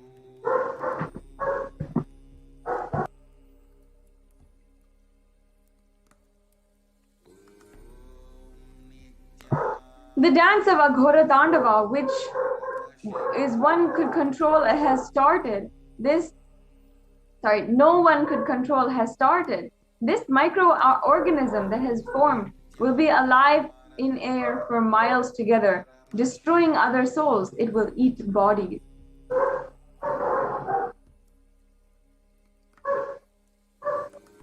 It has started roaming as great demons with tremendous strength. Understand properly. Prevention is the only way. For that, I have opened Kailasa for those who wanted to save their lives. All of you, run to Adi Kailasa. Only in India, this hell is going to open and it is going to spread to the whole world. The Krimi Bhojanam hell has come to earth because of the suffering done by humans. Mother, I will protect those at my feet. I those who listen to me and wish to save their lives, learning that the prevention is the only way, go to Adi Kailasa. Now, Krimi Bhojana, what is it, if you're wondering, is one of the 28 hells described in Hindu scriptures, where people are sent to suffer. And it has many references, including the Garuda Purana, where cosmogony of hell and the other nether regions is described. It also has reference in the Devi Bhagavata Purana, the Devi Mahatmya, where in chapter 21, it's speaking on the narrative of hells, in chapter 22 on the narrative of the sins leading to the hells, and in the Shiva Purana, chapter 16, where it's talking about the upliftment from hell.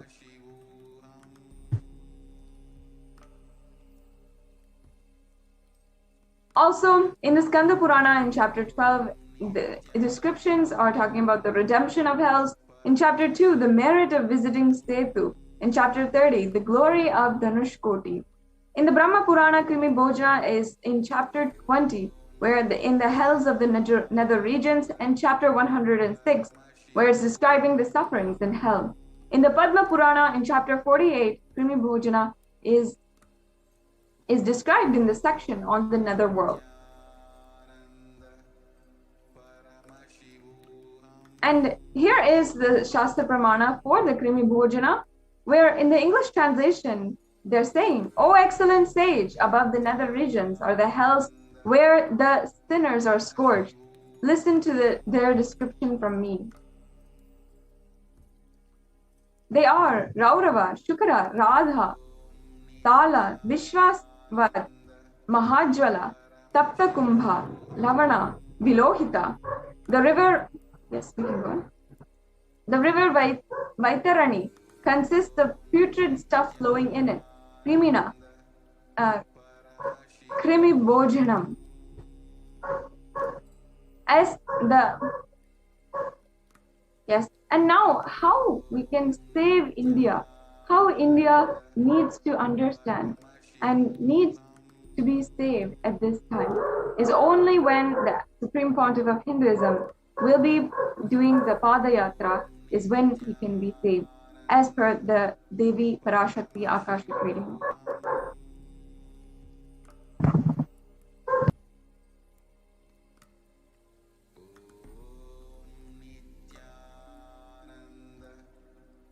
ಓಂ ಓಂ ವಿನಾಯಕ ஸ்ரீகண்ட 2022 வரை India செல்ல வேண்டாமா என்று கேட்கின்றாய். நன்றாய் தெரிந்துகொள், சொல்வதை புரிந்துகொள். இந்த பெருநரகமான கிருமி போஜனம் இந்தியாவிற்குள் வரக்கூடாது என்பதற்காக 2020 பாரதம் முழுவதும் 12 ஜோதிர்லிங்கமும் பாத யாத்திரை செய்திடவே என் மகன் மூலமாய் திட்டமிட்டிருந்தேன். படுபாவிகள் ஓடத்தின் மாலுமியை ஊர்விட்டு துரத்தினார்கள். என்ன நடக்கிறதென்று பார். முறையாக கைலாய நாட்டின் தலைவனாக நிறை மரியாதையொடு நல் மதிப்பொடு என் நிஜாவதாரம் நித்யானந்தன் திருவடி மீண்டும் பாரதத்தில் பட்டு பாத யாத்திரை செய்த பிறகு மட்டுமே நீ அங்கு செல்ல வேண்டும். அதுவரை உன்னை காத்து செல்லாதே. ஓ ஓ ஓ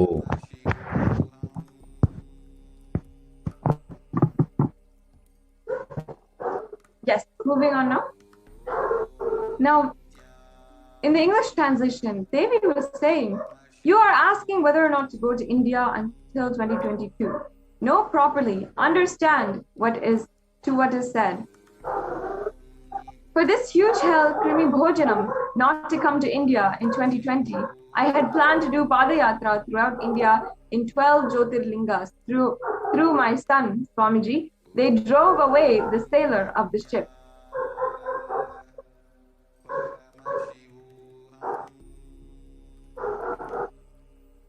The next slide, please.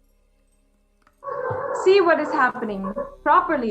As the leader of Kailasa nation, with complete respect, with good regards, when my Nijavatara Nithyananda's feet touches on Bharata,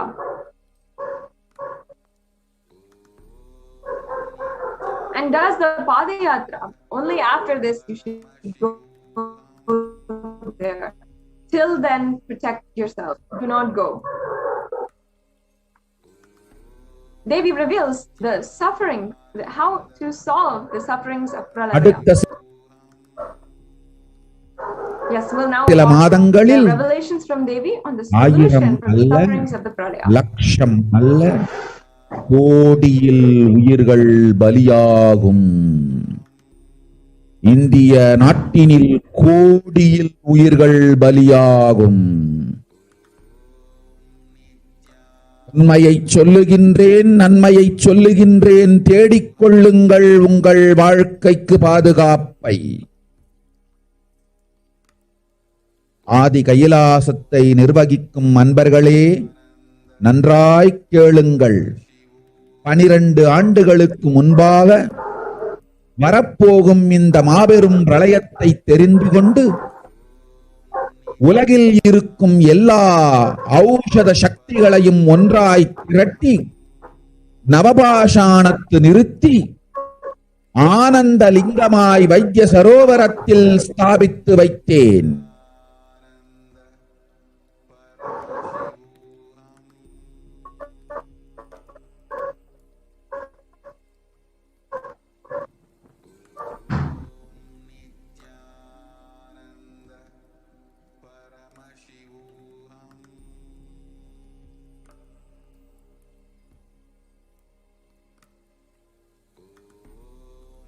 நவபாஷாண தீர்த்தத்தில் தீர்த்தமாடிச் செல்ல அனுமதியுங்கள்.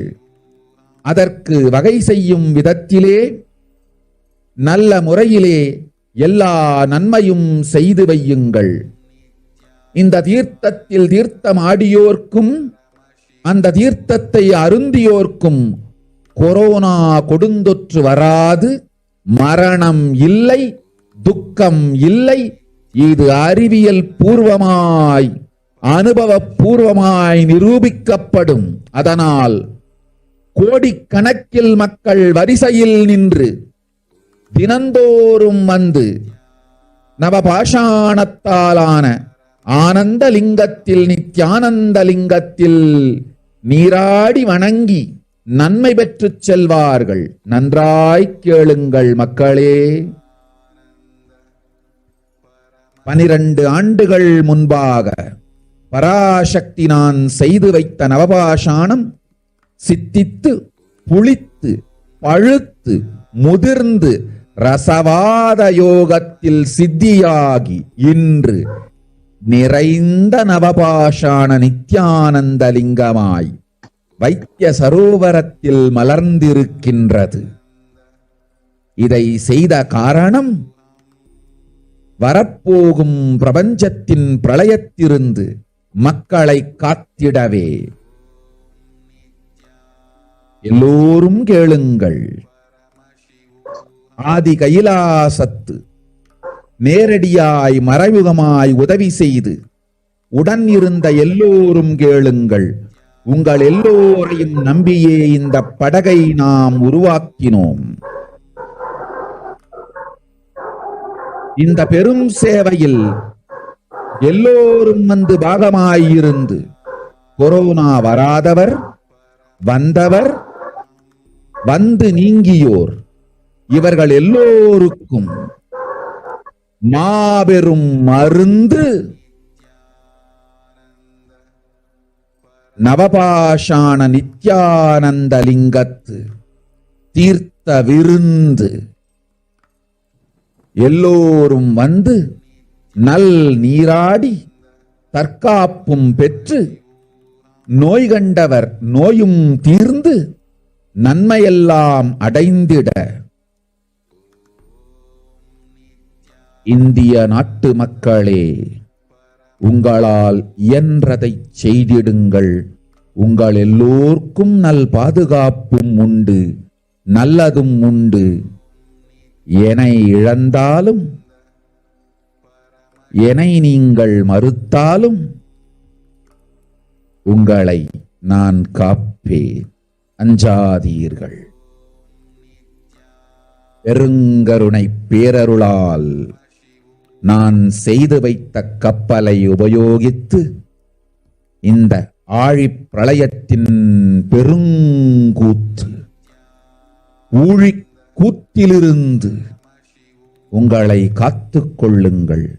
உண்மையை சொல்லிவிட்டேன், நன்மையை சொல்லிவிட்டேன். பிராயஷ்சித்தம் வேண்டுமென்றும் காப்பாற்ற வேண்டுமென்றும் கதறிய பக்தர்கள் எல்லோருக்கும் பெருங்கருணையினால் தீர்வை தந்து விட்டேன். அன்பர்களே, பக்தர்களே, சீடர்களே, என் சொல் கேட்கும் நேர்மையான தொண்டர்களே, புயல் என புறப்படுங்கள் ஆதி கைலாசத்திற்கு. தேவையானதெல்லாம் உடனடியாய்ச் செய்து வரப்போகும் மக்களுக்கெல்லாம் அன்னதானம் செய்து அவர்கள் நல்லபடி வைத்திய சரோவரத்தில் தீர்த்தமாடி நவபாஷாண மருந்தையே விருந்தாய்க் கொண்டு நோயிலிருந்து தற்காப்பும் பெற்று உயிர்காப்பும் பெற்று நல்லபடியாய் வாழ்ந்திட தேவையான சேவைகளை செய்யுங்கள். இதுதான் உங்கள் எல்லோருக்கும் பிராயஷ்சித்தம். நித்யானந்தன் வடிவு தாங்கி நிஜாவதாரமாய் நான் இந்திய நாட்டில் வந்தபொழுது என்னை வைத்து வாழாத பெருங்குற்றத்திற்கு பிராயஷ்சித்தம் இதுவே உங்களுக்கு. இதை யாவது செய்து, இது ஒன்றையாவது செய்து உங்களையும் காத்துக் கொள்ளுங்கள், நாட்டையும் காத்திடுங்கள். கோடிகளில் உயிர்கள் போகப் போகின்றது என்பதை நேரில் காண்பீர்கள்.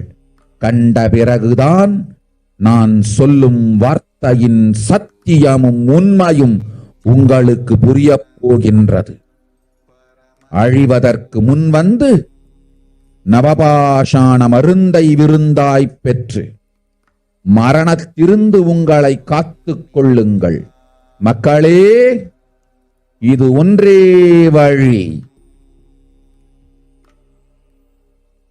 ஓம் ஓம் ஓம்.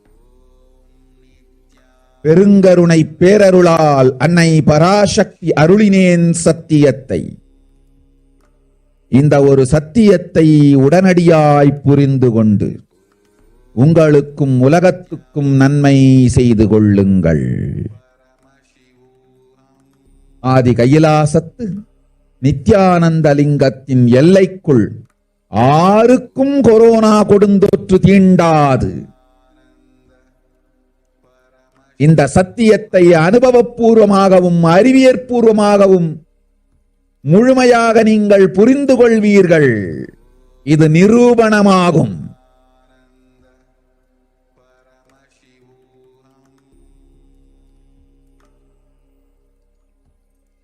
அன்னை பராசக்தி 12 ஆண்டுகளுக்கு முன்பாக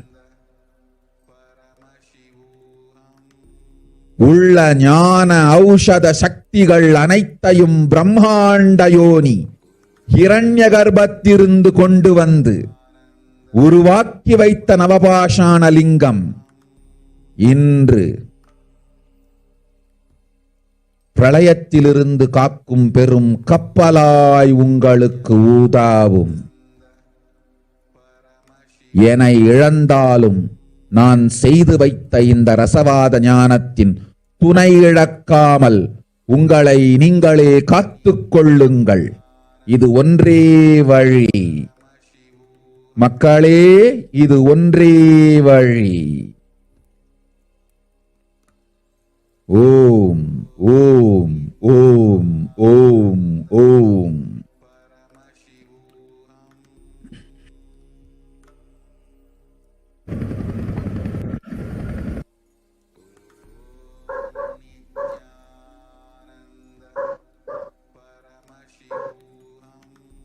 Yes, Devi Parashakti revealed to us, even if children do mistakes in ignorance by getting stuck in Maya, as it is Parashakti, Paramashakti, Parashodasi, Manonmani, my responsibility to save the cosmos from destruction.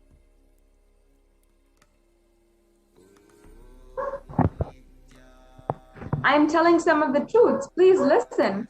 Listen properly. Within the next months, few months, not in thousands or lakhs, lives will be lost in crores.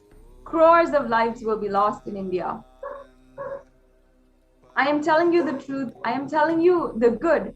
Search for protection in your life. This is the ultimate guidance given by Devi Parashakti at this time.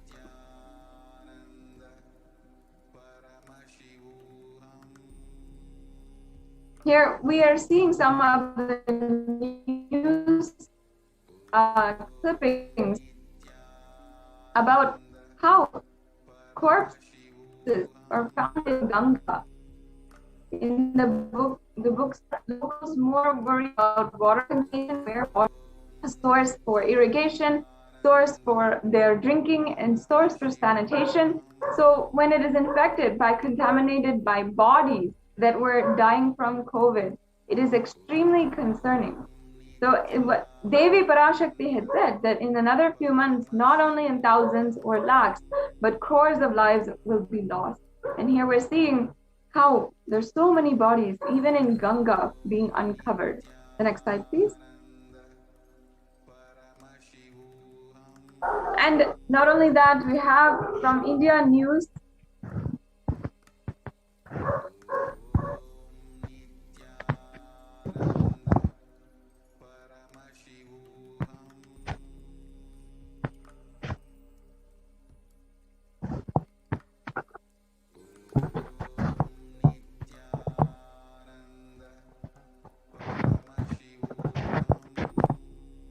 From India News, how it says that photos of decomposing bodies led to the uncovered or laid uncovered in the Sangam area. And for the last 2 to 3 months, people have been burying their dead here. Sand covered in bodies is being blown away by strong winds and exposing the decomposing bodies. And predatory birds are and dogs feed on the bodies that are dying and their remains. This is really the atrocities that is ongoing in India at the moment.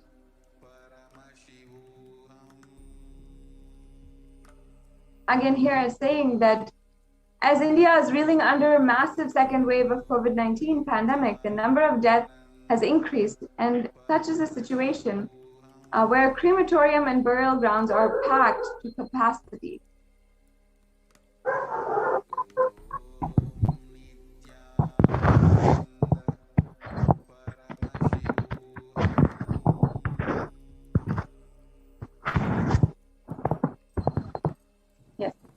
And in another piece of news, shocking, over 150 COVID dead bodies are dumped in Ganga in Bihar. And we are seeing that over 150 dead bodies, which have been reported as COVID fatalities, were literally dumped on the banks of Ganga. And another finding is how underreporting is going on. We can see clearly how earlier reports had downplayed the number reporting 40 to 50 deaths per day, but this article shows that actually at that time, 400 people were dying per day. And next slide, please.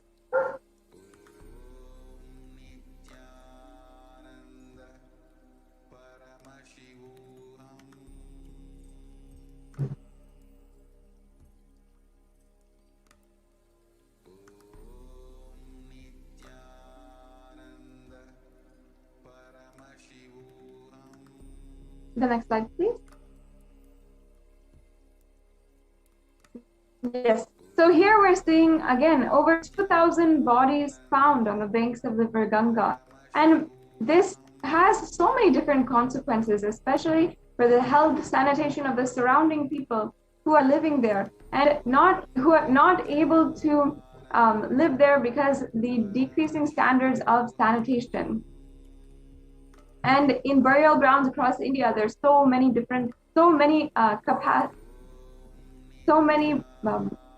pyres that are needing to be built.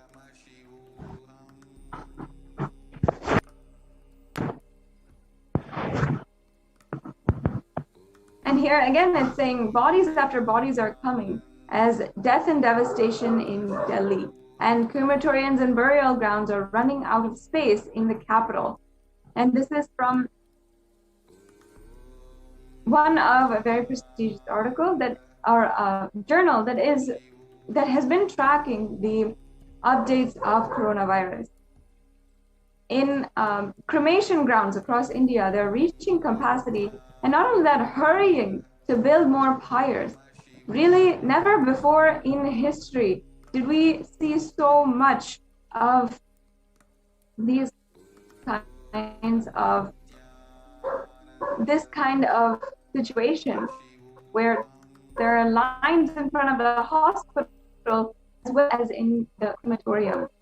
And here you can see round-the-clock mass cremations, how 24/7 they are literally cremating more and more bodies and not having off. Workers there are completely exhausted.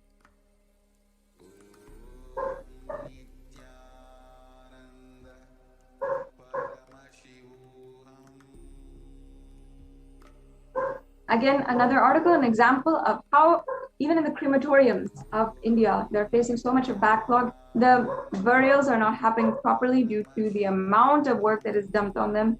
And they're facing the pressure to build more and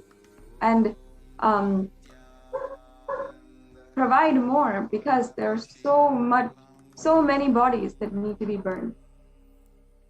Here's an article from the Mint and showing how they need to build more pyres in order to really do their job. The next slide, please.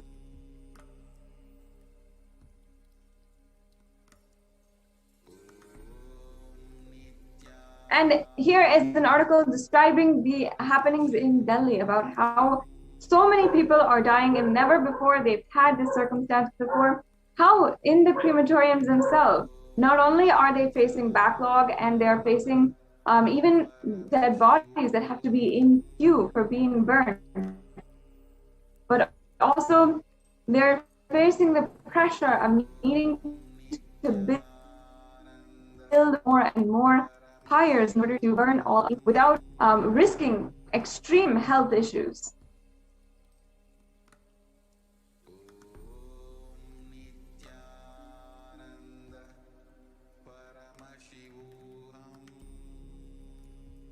The next slide, please.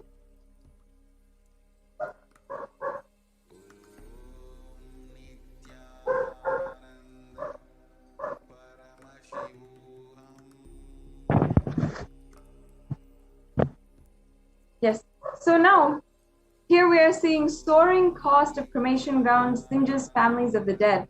How now the cost of burning the dead bodies of your family members, of people, of the lives you lost, of your family members or friends or people whom you know, the cost is also burdening families because of the high demand on the cost and the cost raise of literally just burning the bodies and doing the rituals for the dead. And not only that, Devi Parashakti had foretold, had literally warned all of us how the air will become poison. And today, the CDC of the United States, as well as the WHO, the World Health Organization, is accepting that COVID is airborne. And first, we had so much of denial and criticism about the fact that COVID is airborne. And then it was accepted as a theory and a possibility. Then it was accepted as a fact. And however, there was a delay in warning the public, making sure that the correct protocols were put in place immediately. And after that, media criticized criticized authorities for the delayed evidence. But in the end, in this vicious cycle, nobody is held accountable for the deaths of millions of people.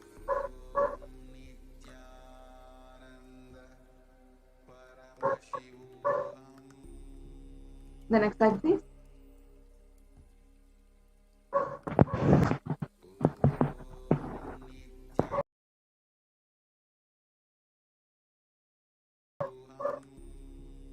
We're also seeing how one of the Nobel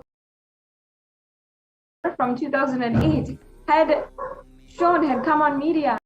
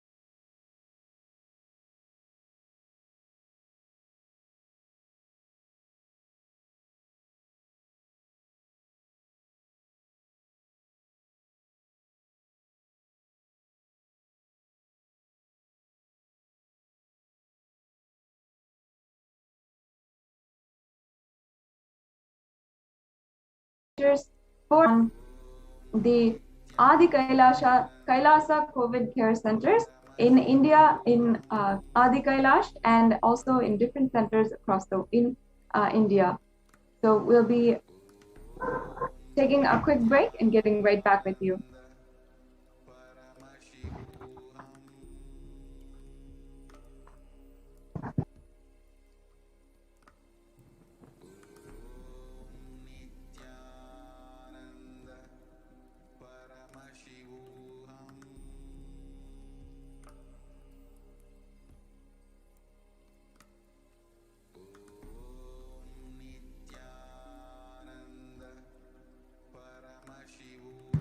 Sorry for the technical difficulties.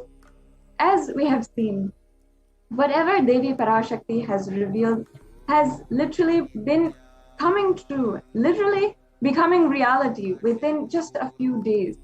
Devi Parashakti foresaw and literally had told the world, forewarned the whole world about the different icebergs that will be collapsing. And within just a few days, Devi Parashakti, it was shown what she revealed had actually happened.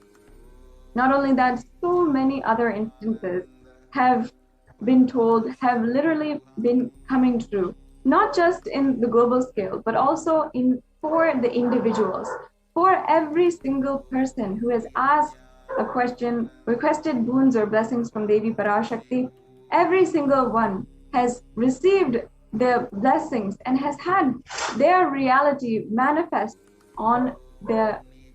in their life, whether they wanted to manifest wealth, health, or long-lasting and beautiful relationships. They manifested it within just a few hours, and they were able to see how pure transformation happened in their life. Now, you also, if you are watching this, you also have the blessing and grace to be able to ask a question and receive the blessings and grace of Devi Parashakti manifesting through the Supreme Pontiff of Hinduism. You'll be able to do you'll be able to ask any question that you'd like, and regardless, Devi Parashakti has been answering to so many different people. Just one answer, just one look from Devi Parashakti is such a beautiful blessing in your life. So no matter what, ensure that when the next live BHAVA Samadhi Darshan happens, you are asking your question. Now, if you have missed that segment, we had explained to you about how you can ask your question. Devi Parashakti, Divine Cosmic Mother, has made herself available in all of the different platforms, especially the main platforms that we spend our time in, knowing, of course, that social media is the a place where people are spending 4 to 5 hours a day, Devi is making herself available for that very reason. Devi Parashakti is making herself available in these platforms. You can see that in Facebook, Instagram, in Twitter, in YouTube as well, you can ask your questions to Devi Parashakti. You can use the hashtag Ask the Avatar and ask in any of these platforms, and Devi Parashakti will read your answer. If you have the grace of getting the guidance directly from Parashakti, it is really a blessing in your life. And it is not a coincidence. Devi Parashakti does not choose out of just anything random. There is nothing random in all of her actions. As the embodiment of the cosmic mother, she is literally giving the responsibility and making the whole as a sovereign queen of the entire universe. All of the actions that she does, nothing is a coincidence. So if she is answering your questions, giving you boons, it will happen, and your question is bound to be answered. Share this program link in all of the social media platforms. As I was saying, each and every one of us spend so much of time on social media, especially during the lockdown, when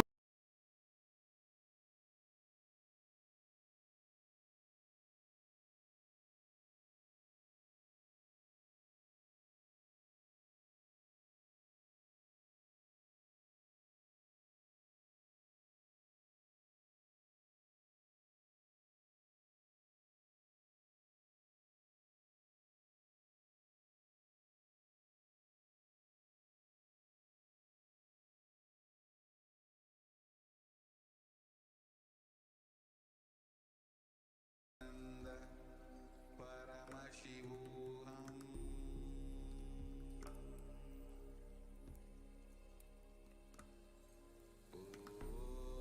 Nithyananda Paramashivoham.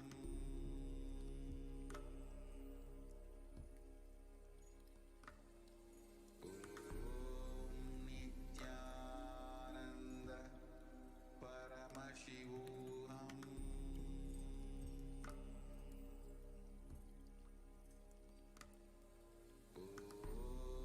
Nithyananda Paramashivoham.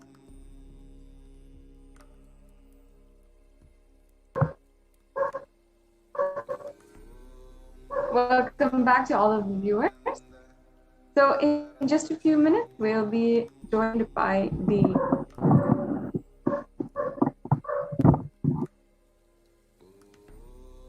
Nithyananda Paramashivoham. in just a few minutes, we'll be joined by the Adi Kailasa Sarvagidam administrators. Every single one of you can watch to understand the update, see how the Kailasa COVID Care Center is being run with the guidance of the Supreme Pontiff of Hinduism. We'll be right back with you after a very quick break.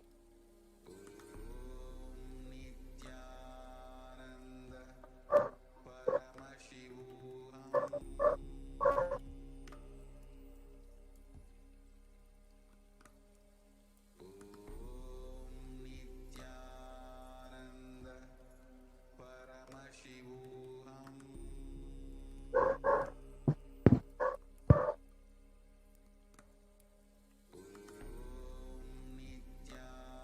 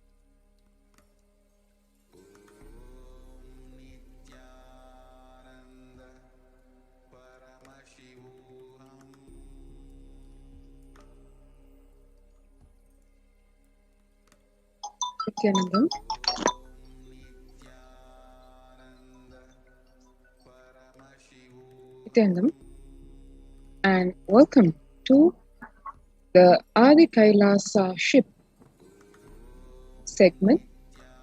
We will go over the Kailasa's de facto spiritual embassies as COVID care protection centers and one unique aspect of them regarding the lifestyle in the COVID care protection centers.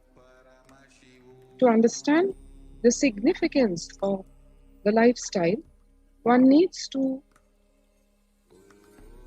see what is the world facing today in terms of the health of the global population. Younger adults are more likely to report symptoms of anxiety and or depressive disorder during this COVID-19 pandemic. If one sees the statistics, 56% of the youth in the age group 18 to 24 are facing anxiety and or depressive disorder. 49% in the age group 25 to 49, 39%, 29% of the people facing anxiety and or depressive disorder. To give a comparative analysis, 2 years back in 2019, the average share of the adults reporting symptoms of anxiety disorder and or depressive disorder was at about 11%. And as per the Household Pulse survey and the NHIS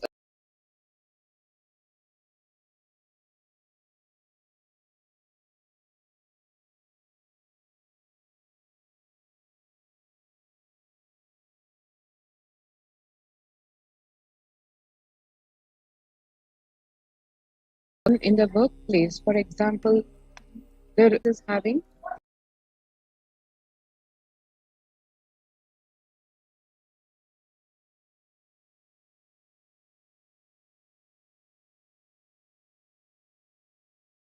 before the COVID-19 pandemic, 15% felt depression, 29% felt anxiety. Whereas during the COVID-19 pandemic, 40% feeling depression, 72% feeling anxiety. Increase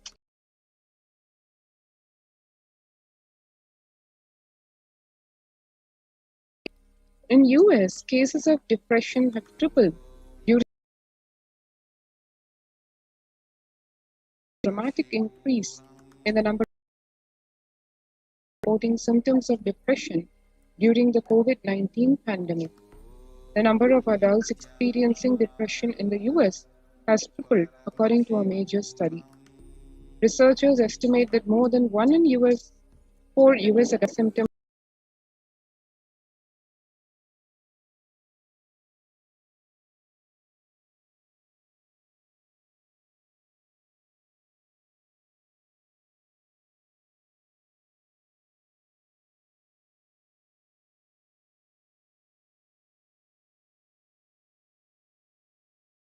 rate 26 to 37, 83%, 38 to 54, 73%, and 55 to 74, 62%. And the younger respondents were more likely to say that the pandemic has had a negative impact on their mental health. And now, in the face of this, vis-a-vis, what are the contributions from Kailasa's Department of Human Services to combat this problem? What are the solutions? What is the real solution that people are looking for, and what is Kailasa been providing?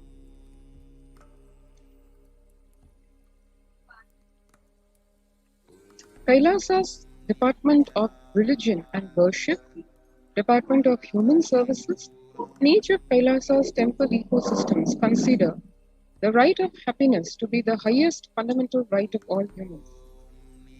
The ultimate goal for Hinduism and Kailasa, led by the Supreme Pontiff of Hinduism, BHAVA Nithyananda Paramashivam, is the material and spiritual well-being and prosperity of humanity. The Supreme Pontiff of Hinduism says, Kailasa is a place where everything related to superconsciousness is revived. All the sampradayas, all the spiritual ecosystems created for enlightenment will be revived and established in such a way it never gets lost again. They're forever serving the humanity. 21st October 2006, following a meditation under the sacred banyan tree in Adi Kailasa, the peacekeepers of Kailasa, along with the children of the Nithyananda Gurukul, celebrate the auspicious occasion of Deepavali. 22nd December 2018, the peacekeepers of Kailasa and participants of the Paramashivoham meditation workshop take part in the celebrations of a traditional flag hoisting ceremony. 14th December 2006, the Supreme Pontiff of Hinduism conducting the Nithyananda Purana program, that is a Life Bliss program level 2, a meditation workshop in Chennai, and as one can see, attended by thousands of people in a jam-packed auditorium, where people are eagerly listening to what the Supreme Pontiff of Hinduism has to say about the eternal truths of life, the cosmic truths, and to get the direct experience of the ultimate. 17th December 2006, the Supreme Pontiff of Hinduism conducting the Nithyananda Purana program, the Life Bliss program level 2 at the St. Peter's Engineering College in Chennai, India, again attended by thousands of people, where practically the whole hall is filled with people, men and women and children alike, everybody waiting for that fundamental transformation in their lives by understanding the cosmic truths. 26th May 2006, one can see here the peacekeepers of Kailasa and the Supreme Pontiff of Hinduism embark on the Himalayan Yatra. Yatras being the pilgrimages to sacred places, the energy fields, and in these energy fields, which are already make one more receptive to the cosmic energy, the ultimate initiations, the cosmic truths, everything revealed during these traditional sacred pilgrimage to the energy fields like the Himalayas, the Supreme Pontiff of Hinduism leading the whole group into that divine experience.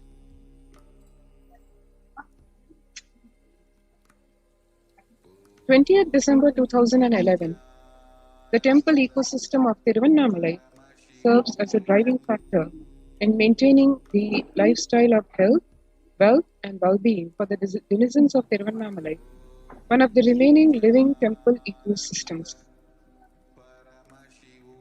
31st December 2018, the peacekeepers of Kailasa and participants of the Paramashivoham meditation workshop take part in the morning meditation and traditional puja or ritualistic worship, which is part of the meditation, the 21-day meditation workshop. And here you have this picture taken on 11 September 2016, where the peacekeepers of Kailasa, led by the Supreme Pontiff of Hinduism, take part in Kara Seva, or the voluntary contribution of physical service towards the cleaning or construction of the sacred Hindu temple. Kailasa's ecosystems around the world span the whole globe, as one can see, across all the continents. And the origins of this great happening start from way back in the young years of the Supreme Pontiff of Hinduism. As one can see, in 1994, Kailasa and Tiruvannamalai is traditionally passed on to the hands of the Supreme Pontiff of Hinduism, and just how it has evolved. As of 2017, as a picture on the right shows Kailasa and Tiruvannamalai receiving visitors and delegates for the Kalpataru meditation workshop and the Shiva Diksha, which is one of the primary initiations of Hinduism. 11th March 2017, Kailasa and Tiruvannamalai, where thousands arrived to celebrate the enlightenment ecosystem and to traditionally meet the Supreme Pontiff of Hinduism, Bhagavan Nithyananda Paramashivam. Kailasa in Los Angeles. Now we come to the various Kailasas worldwide. Kailasa in Los Angeles, California, USA, has a 25,000 square feet temple complex housing over 80 deities as one of the largest Hindu temple ecosystems in the West. Kailasa in Columbus, Ohio, USA, the first temple established by the Supreme Pontiff of Hinduism outside India. The temple physically came to life in just 9 months. The chief presiding deities of the temple are Sri Nithyanandeshwara and Nithyanandeshwari. The deities are 7 feet tall granite, weighing 6 tons, and their divine faces have been directly hand-carved by the Supreme Pontiff of Hinduism. Kailasa in Seattle, Washington, USA, housing the blissful dancing form of Ganesha, the largest living Nataraja deity outside of India. Kailasa in Seattle is also known as Chidambaram of the West. Kailasa in San Jose, California, USA. Inaugurated in 2009, Kailasa in San Jose radiates the energy of the Madurai Meenakshi Temple. The chief presiding deities of the temple are Devi Meenakshi, the Shivalinga, Lord Sri Venkateshwara, Lord Sri Nithyanandeshwara, and Devi Nithyanandeshwari. And they've been created, installed, and energized by the Supreme Pontiff of Hinduism. Kailasa in St. Louis, Missouri, alongside the Shivalinga and the Nityananda Ganesha, one can see Kailasa in St. Louis carries the energy of Tirumala Tirupati of South India and houses one of the tallest Venkateshwara deities in North America, along with his consorts Sri Devi and Bhudevi. The beautiful landscape nestled among the woods and rolling hills of Missouri stretches for 20 acres. Kailasa in Phoenix, Arizona, home to over 21 structures, an energy field of worship, meditation, and celebration. And as recent as 2017, Kailasa in Houston, inaugurated by the Supreme Pontiff of Hinduism and declared as a Parihara Sthala for all the Navagraha doshas. Kailasa in Toronto, Canada, inaugurated in July 2011.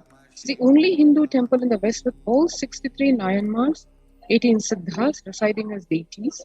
Temple deities here are seated exactly as they existentially reside in Kailasa around Paramashiva, the primordial deity of Hinduism. Kailasa in Toronto, Canada, active and alive from 2011 onwards, Kailasa in Toronto has been blessed to radiate the superconscious energy of Kailasa. This temple ecosystem goes on providing various temple services to the community such as Annadan and traditional Hindu ceremonies. And now, after having seen a quick glimpse of all the Kailasa temple ecosystems worldwide, let us now take a short break before we enter the next segment, which is the spiritual routine during the Brahma Muhurta and how that aligns oneself and helps us overcome the pandemic fatigue.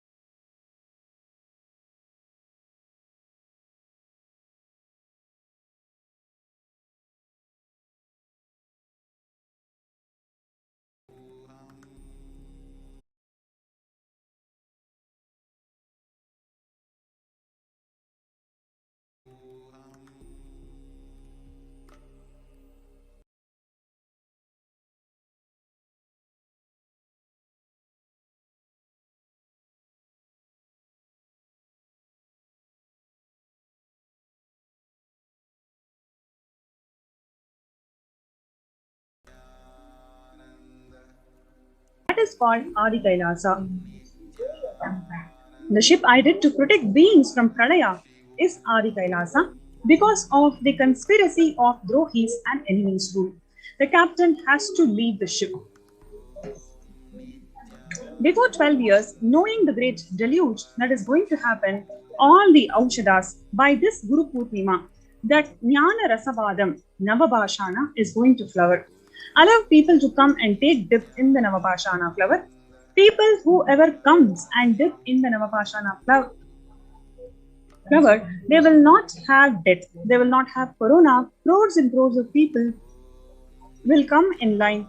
Every day they will come and dip in the Ananda Lingam. Listen well to my words. For India, I made the ship as protection. The Nithyananda Navapashana Lingam. Go to Adi Kailasa. Oh Indians, listen. All those regretting losing the Nithyananda Nijavatara without confusion and without talking just as a lip service, go to Adi Kailasa.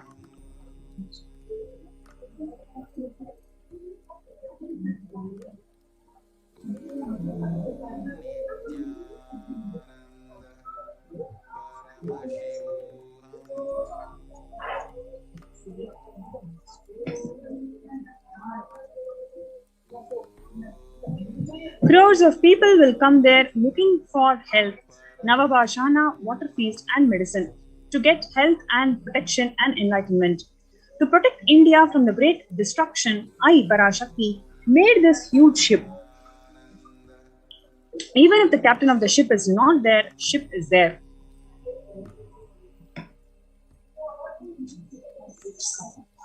When the first world countries closed their borders during a massive global emergency, Kailasa has opened its door to all without exception.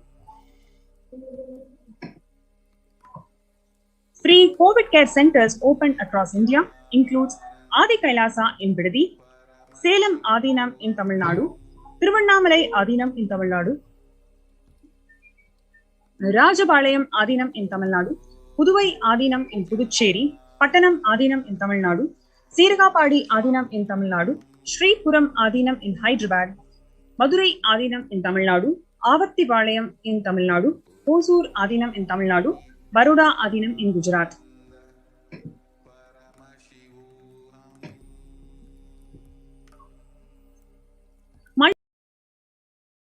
Opened across India includes the various spiritual and social services that are being offered during pandemic in Kailasa's de facto spiritual embassies across India. Apart from that, the cosmic revelations of Devi Parashakti, which prepares the humanity to combat the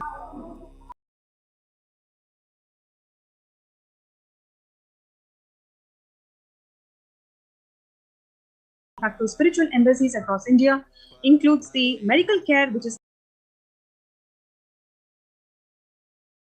thousands of people, accommodation for multi-layer quarantine, then you have the emergency ambulances, ICU on wheels, personal food security,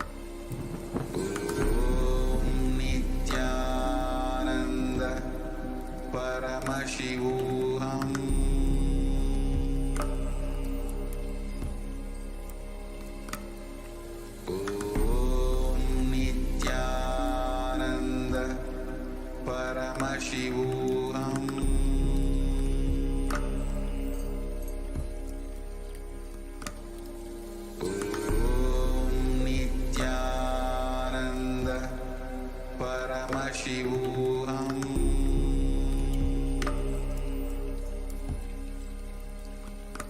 Paramashivoham.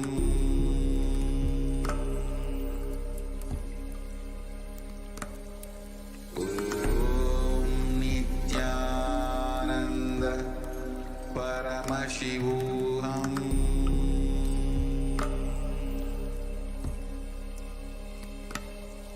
Om Nithyananda Paramashivoham.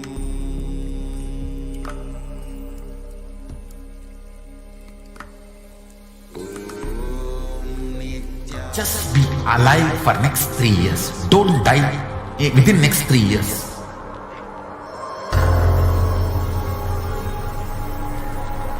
Just don't die within next 3 years. Be alive. Somehow be alive. I'm working sincerely. I will reach you somehow. Somehow I will reach you. It's my commitment to humanity.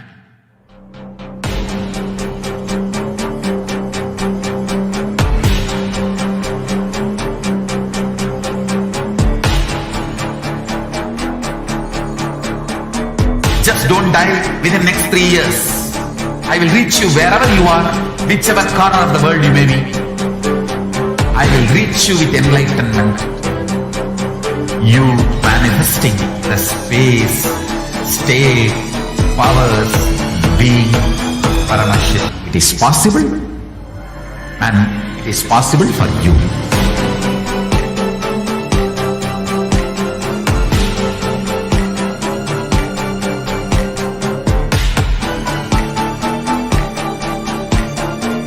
Paramashivoham will reach you with enlightenment science. I know he is going to do the job.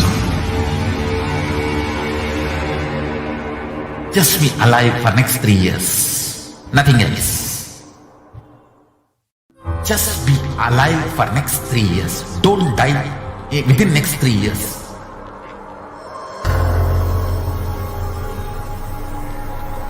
Just don't die within next 3 years. Be alive. Somehow be alive. I'm working sincerely. I will reach you somehow. Somehow I will reach you. It's my commitment to humanity.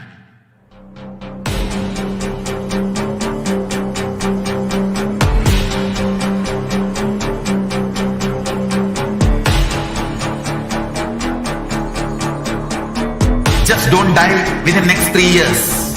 I will reach you wherever you are, whichever corner of the world you may be. I will reach you with enlightenment.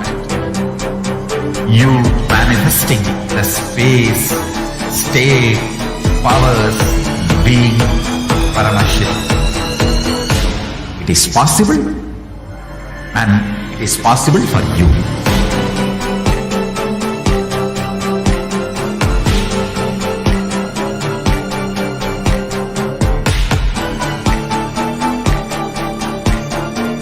Paramashivoham will reach you with enlightenment science. I know he is going to do the job. Just be alive for next 3 years. Nothing else. What I mean by the word Kailasa, listen intensely. Enlightenment ecosystem, literally enlightenment itself, in your own home, wherever you are. If you cannot come to Kailasa, it's okay. Kailasa can come to you. Kailasa coming to you is Kailasa.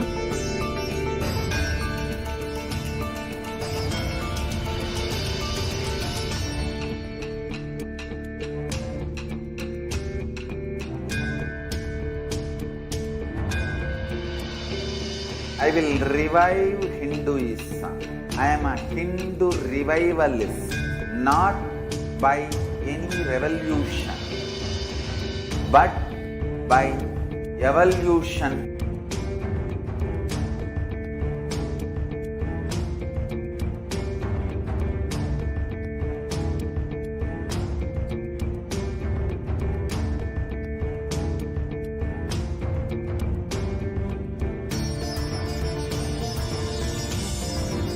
And setting model community.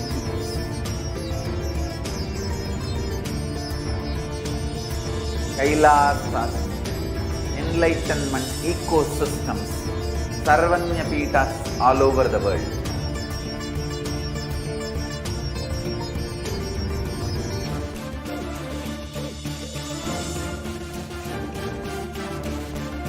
All powerful cognition, knowledge, only when you live, power manifestation and possibilities manifestation happens.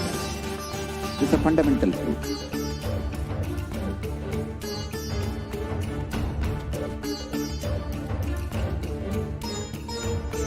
Hinduism cannot live exclusively as one sampradaya. No. All sampradayas of Hinduism is an ecosystem.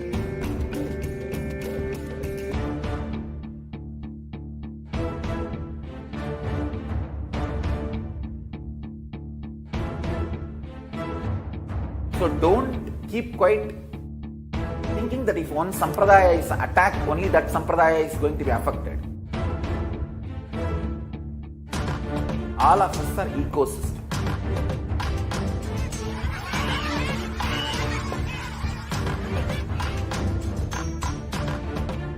I invite all of you to get involved and enjoy Hinduism by the principle of Dharmo Rakshati Rakshitaha. When you protect Dharma, Dharma protects you. We will make the whole planet flourish spiritually. The spiritual prosperity will happen to the whole planet. We all have to coexist together.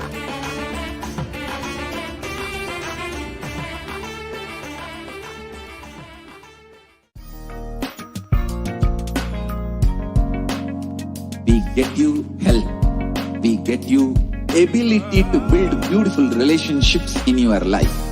We get you direct spiritual support, and we make sure you become wealthy.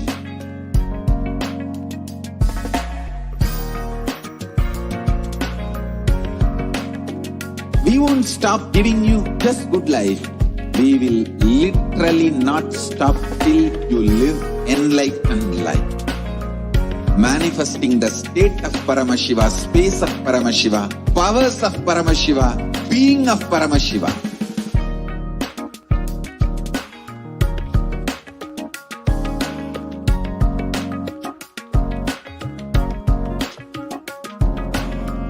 Whole world should become Kailasians. I want the whole world to know Hindus have something great to contribute to the world.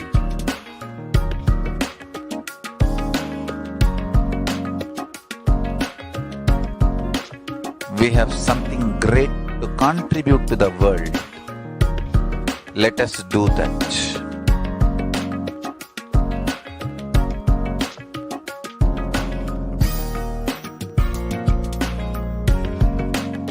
Kailasa is proper customized spiritual service helping you to identify your root patterns of suffering. We have of helping every individual from every cultural, religious, nationality background.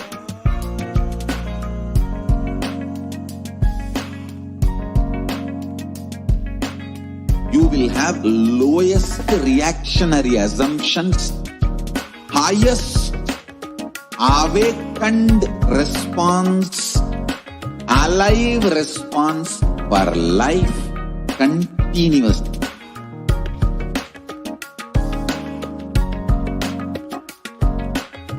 Kailasa Kailasa is enlightenment ecosystem, literally enlightenment itself in your own home, wherever you are.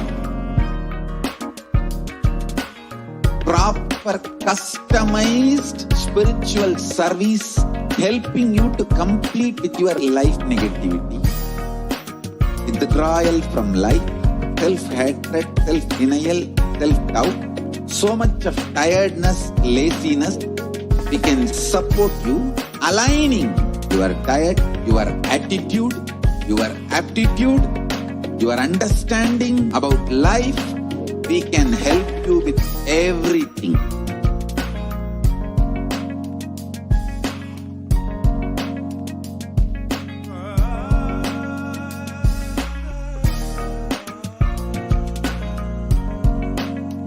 If you are interested in enlightenment, we will immediately bring this to you. If you are not interested, we will explain the whole science, inspire you and make you interested in enlightenment time. We need to cater this enlightenment science to the whole world wherever they are, because enlightenment is the birthright of all human beings. Kailasa is responsible to provide that to all human beings.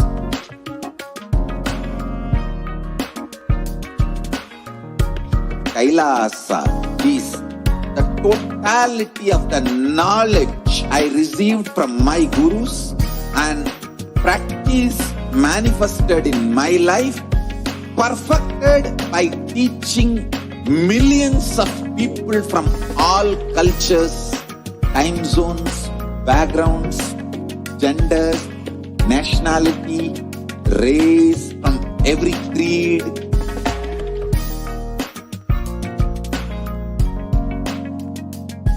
So this absolutely perfected knowledge available to you, served to you in your home without even you moving out of your couch, free of cost.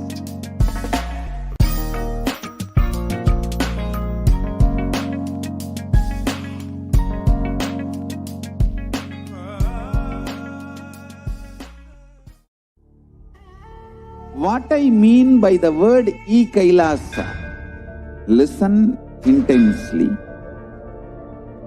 Enlightenment ecosystem, literally enlightenment itself in your own home, wherever you are.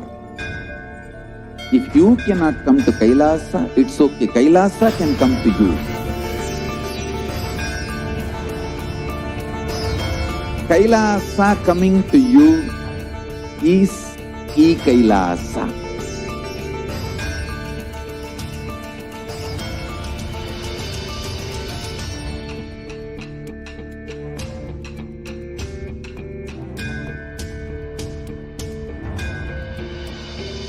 I will revive Hinduism. I am a Hindu revivalist, not by any revolution, but by evolution.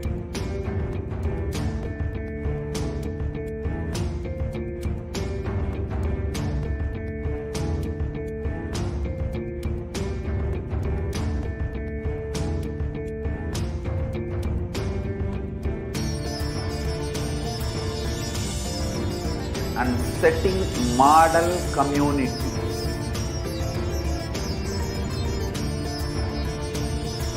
Kailasa's enlightenment ecosystems, Sarvanya Peethas all over the world.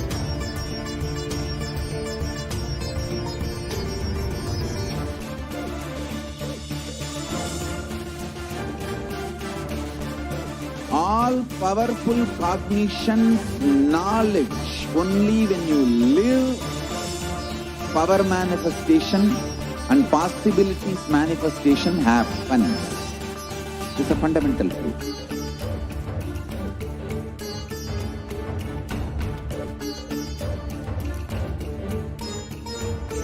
Hinduism cannot live exclusively as one sampradaya. No. All sampradayas of Hinduism is an ecosystem.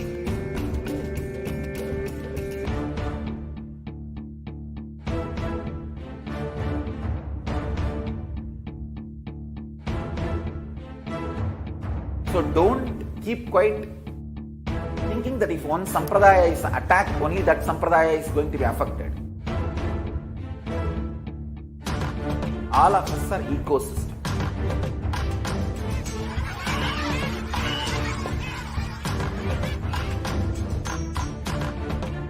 I invite all of you to get involved and enjoy Hinduism by the principle of Dharmo Rakshati Rakshitaha. When you protect Dharma, Dharma protects you. We will make the whole planet flourish spiritually. The spiritual prosperity will happen to the whole planet. We all have to coexist together.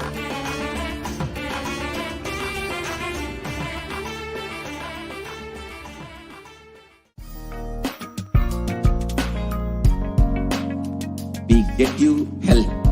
We get you ability to build beautiful relationships in your life. We get you direct spiritual support, and we make sure you become wealthy.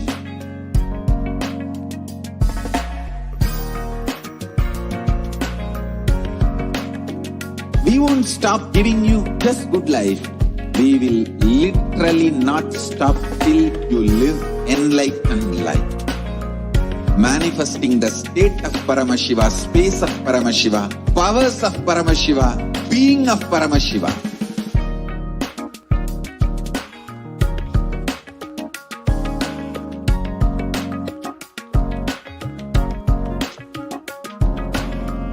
Whole world should become Kailasians.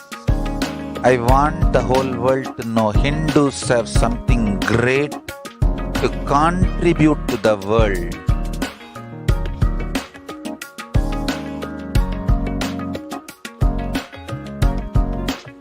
We have something great to contribute to the world.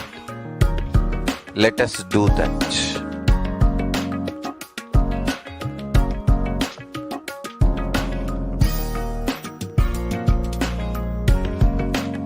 Kailasa is proper customized spiritual service helping you to identify your root patterns of suffering.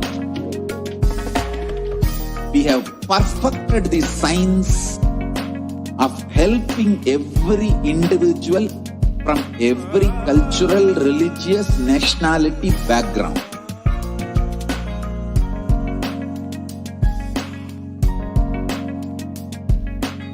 You will have lowest reactionary assumptions, highest awakened response, alive response for life continuously.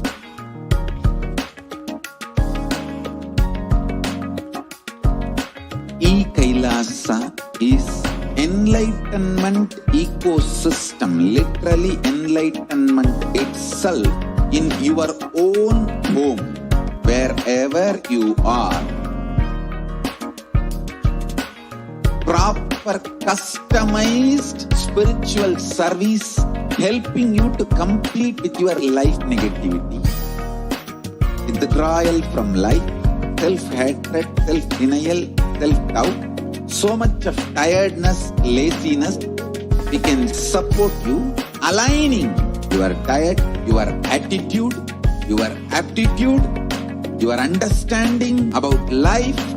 We can help you with everything.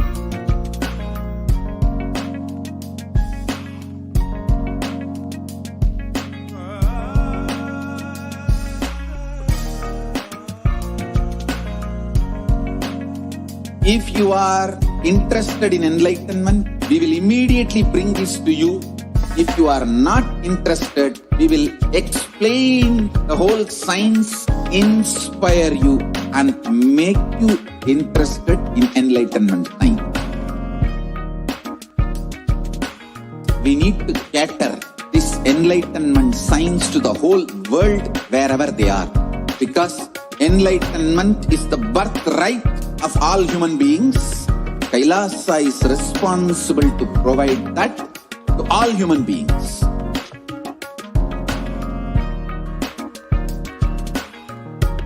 Kailasa is the totality of the knowledge I received from my gurus and practice manifested in my life, perfected by teaching millions of people from all cultures, time zones, backgrounds, genders, nationality, race, from every creed.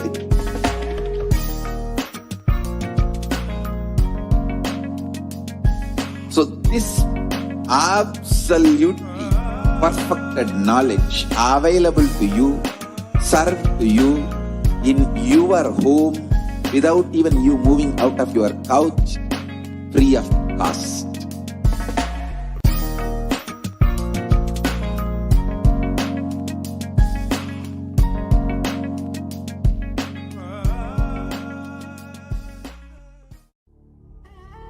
What I mean by the word Kailasa? Paramashivoham.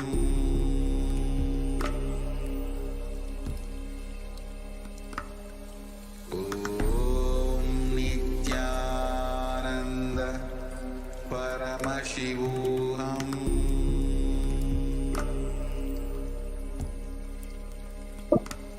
Nithyanandam, and welcome back, dear viewers. Now, in this segment, we are going to be having a few devotees who are enjoying their time in the Adi Kailasa Sarvajñapita, in the very home of the Supreme Pontiff of Hinduism, enjoying the multi-layer quarantine facility being provided in Adi Kailash, are joining here to share their experience living in Swamiji's very own breathing space and Swamiji's very own enlightenment ecosystem created by the Supreme Pontiff of Hinduism. First, we have joining us Prabhakaran Ayya from Tamil Nadu. Nithyanandam Ayya. Nithyanandam. Nithyanandam Ayya, solunga Ayya. Yes, what is it that you share today, Ayya? Okay, ma. So first of all, I would like to thank Swamiji for blessings me to pull me here in Adi Kailash. Okay, because when I was in Chennai, okay, as a father, as a son, as a brother, as an husband, right, I had a lot of responsibility to save various people in this pandemic. Okay, Swamiji at right time he called me and he pulled me literally here. I'm in Adi Kailash. I'm not at all worrying about Corona at all, Amma. Okay, it's been like more than 1.5 months. I did not even think of even. I don't have that thought about the Corona at all. Completely away from the Corona. All my responsibilities Swamiji has taken. I'm literally enjoying myself in Adi Kailash. Especially started following all spiritual routine in Adi Kailash. Wow, so nice to hear. In the time, especially in India, where people are dying like flies and mosquitoes, and millions of people being affected with the COVID, being even able to be in a place where you have absolutely no worry of being affected by COVID. So nice to hear that, Ayya. Yes, Ayya, please go ahead.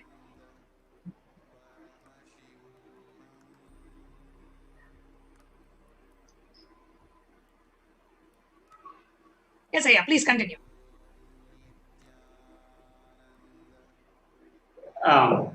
Sorry, ma, can you still hear me? I think I had a network blip now.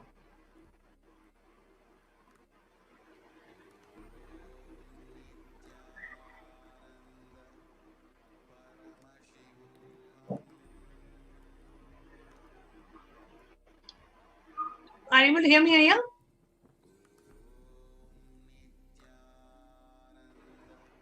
Dear viewers, looks like we are having a technical glitch. Prabhakaran Ayya, are you able to hear me?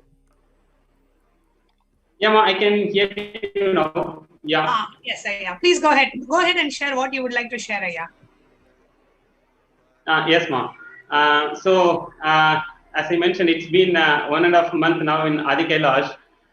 If you look at my family members, right? So I never thought people will, follow these spiritual practices. So I'm literally seeing tremendous change. Other side world is, facing the pandemic, but inside here I'm just seeing literally, spiritual experiences literally me going through. Also I'm seeing my family members also started experiencing these spiritual activities here, especially my kids also started enjoying all the routine which we follow in Adi Kailash, which never happened in Chennai. So especially kids are getting up at 3:30 and then starting the yoga at 4 o'clock. I never imagined like 3:30 my son will get up and do yoga at 4 o'clock. So it is literally happening here. I'm seeing it. Wow. How old are your kids, Aya? So one is 4 years old, another one is like 8 years old. And 4 and so 8 because years, waking up in the morning in Brahma Muhurta and doing spiritual routine. That is definitely very, very something that would give so much of happiness to the parents. I can see that in your face. Yes, Amma. Yeah. So, and he also started doing all 108 asanas. I'm seeing it now. So literally he also does all 108 asanas, because adult facing issues to complete all 108, but my kid and all other kids simply they are just doing all 108 without any issue. So amazing to see that, and they are inspiring others to do the yoga in the morning at 4 o'clock. Wow, beautiful, Aya. So nice. Is there anything else that you would like to share? And then Amma, so the stay here is so comfortable, because even though I'm in Adi Kailash, I'm also continuing to do my office work, and then the free time I'm just supporting Sangha work as well. There is no interruption here for me. I'm continuing to do, and other side I'm started enjoying my spiritual routine. So this is so beautiful, Amma. So literally I feel very happy, and thank you for Swamiji for pulling me literally here, and thanks a lot. So beautiful, Aya. Thank you so much for coming live and sharing your experience today. Yeah, thank you, Nithyananda. Thank you. Dear viewers, next we have joining us to share her experience of the life in Adi Kailash. We have Ma Aishwarya, who's joining us live from Adi Kailash.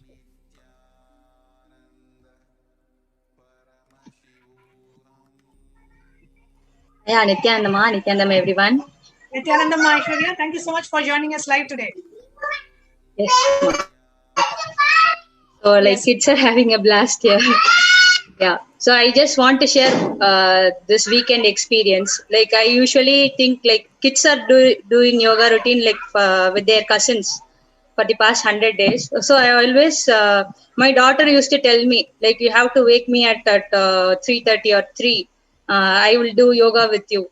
So actually, even I was not able to follow my spiritual routine back home. But after coming here, seeing so many people doing together at the Welcome Center, we also started, I started doing from my room, because I have younger kid is like 2 years, 10 months. So I started joining from my room. So then we had this opportunity, like, because kids were attending Gurukul classes in the evening. They were all the kids here are doing yoga together. So it was really awesome. So my kids were so interested that they want to join with us in the morning. So this Saturday, both of them I told in the night, before going to bed, I told them, we'll do together. But I was, when I woke up, I was thinking like, they might not wake up. But when I said, it's okay, time is 3:45 and we have to go, it's going to be 4. But both of them were like, immediately they said, okay. They were ready to brush their teeth, take bath. Actually, we were a bit late, but yes, they were so interested, and they joined yoga. They did all the elder one did all the asanas. The younger one was like, yeah, she was playing around. It was really awesome. I couldn't believe. Yeah, even my elder daughter, she joined. She's 7 years old. So she's doing yoga in the morning in the room, because the younger one, sometimes she sleeps. But today they were telling, they are missing doing together at the Welcome Center. So my elder daughter was telling, no, I want to go and do together with everyone. I have to go to the Welcome Center. So that is the energy, man. Kids are learning asanas from each other. They are like practicing. Even after eating, they want to practice. That's smart. It's really awesome. It's like a big joint family. Vasudeva Kudumbaka. beautiful big joint family in Adi Kailasha Sarvanyapita, especially when the outside world, there is so much of fear. There is so much of Aishwarya Ma, when you were outside, before you coming to Adi Kailash, before living here, what was the ambience outside? Yes, ma. So actually, I am from Madurai. So we were in Madurai, and it was complete lockdown during phase 2. So actually we live in an apartment. So what happened was, it was in the 3rd week of May. We got corporation people knocked our door and told like there are so many corona positive patients in your block, so we have come to test you. So we said okay. And in few days, it was like on May 21st, I was getting call from the corporation office. Actually, I couldn't believe it. They were telling, because none of us had any symptom at all. So they said my dad is positive. And I thought, okay, it might be for someone else. They might have called us wrongly. So I told them, no, please check again. But I was getting this from morning. I started getting these calls, like 4 or 5 different people called me. So I thought, okay, this is something serious. I should take a note. So I told them it's okay if he is positive, then we would like to home quarantine because he has no symptom at all. So I told them let me consult with our home doctor and then we can proceed. They said no, you should go to a COVID care center at Palanganatham. You should doctors there will physically verify him, and if he is then you can home quarantine. That's what they said. So we went to the Palanganatham COVID care center. To my shock, it was like totally 16 patients were sitting. Already were sitting. So my dad went in and they said, okay, since all are corona positive, they asked me to wait outside. So I was waiting outside and it took almost 2 hours. So when dad had his checkup, there were 16 more patients and I could see even small kids like 3-year-old, 4-year-old with their parents, old ones, like different age groups. And the doctor said he looks perfectly fine, but since he is older, he needs to go to a quarantine center like they have at Madurai Kamaraj University for 3 days, because they suggested if he gets some heart issues, you might not be able to take care of him at home. So my dad said, since we have 2 younger kids, my dad was like, okay, I'll go, because he doesn't want to transfer to any one of us. But it was a very tough situation. I mean, we didn't know, because we were not at all prepared for this. But I could see 3 of our neighbors also standing over there, and none of them had symptoms. So actually we came back home, packed things, and they said they will arrange for ambulance. So my dad said, okay, I'll go in the ambulance because it is 8 kilometers. Let us not arrange a private cab. I'll go in the ambulance with the other patients. So, but literally I didn't want him to go because I don't know how the center will be, how things will be managed, because he has no symptoms at all. So if someone with symptoms staying near him, what will happen to him? That so many things were going on in the mind, but he was very sure because he was very afraid that he doesn't want others to get infected. So what happened was the ambulance came and the first patient to get in was he was very sick. So on seeing him, my dad also said no, he will not go. So both of us decided we'll go back home, and my brother said we can have a retest at a private lab. So we tested, and the next day we got it as negative, but he was exposed for 2 hours over there. So the next day I called one of my friend who is a government doctor. Then he told me, are you mad? Why couldn't you call you a day before? It is not mandatory that you should go and visit there. You should have decided, you should have told them that let me consult my family doctor. So, but luckily, he completed the quarantine at home and he was perfectly fine. So I thought, okay, but the worst thing was I was hearing from all my friends, many of my friends, relatives, especially one of my friend, actually just a few days before my dad tested positive, his dad had also tested positive, not just him, his dad, him and his brother. So I actually forgot to call him. Just I called him after 2-3 days. So I got a news that his father has expired. I just couldn't believe it because he was just 62 and he was hale and healthy.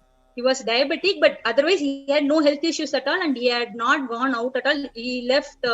Just he had been out for just a single day, but he got infected. The what happened was he was at. That was the time when we were getting the news that hospital beds are getting filled. We are not having hospital beds, so they couldn't find a bed in a private hospital, so they got him admitted in the government hospital. Yes, luckily they got the bed, and they got the oxygen cylinders arranged. Everything was fine. And the worst part is that he was actually vaccinated, but still he was infected. And the thing is, my friend told he couldn't take that oxygen because he felt like it was burning he had that burning sensation. And doctors said, like, even if you are vaccinated and you have oxygen support, still it depends on the patient, because what kind of antibodies how his immune system is and how well he can handle it. Because there were some patients who were in the oxygen support for 10 days and still they came back. So that was the time. And in the first week of June, my father was out of the quarantine, but still we had this fear because in the first week of June, we got a circular from our apartment that there are almost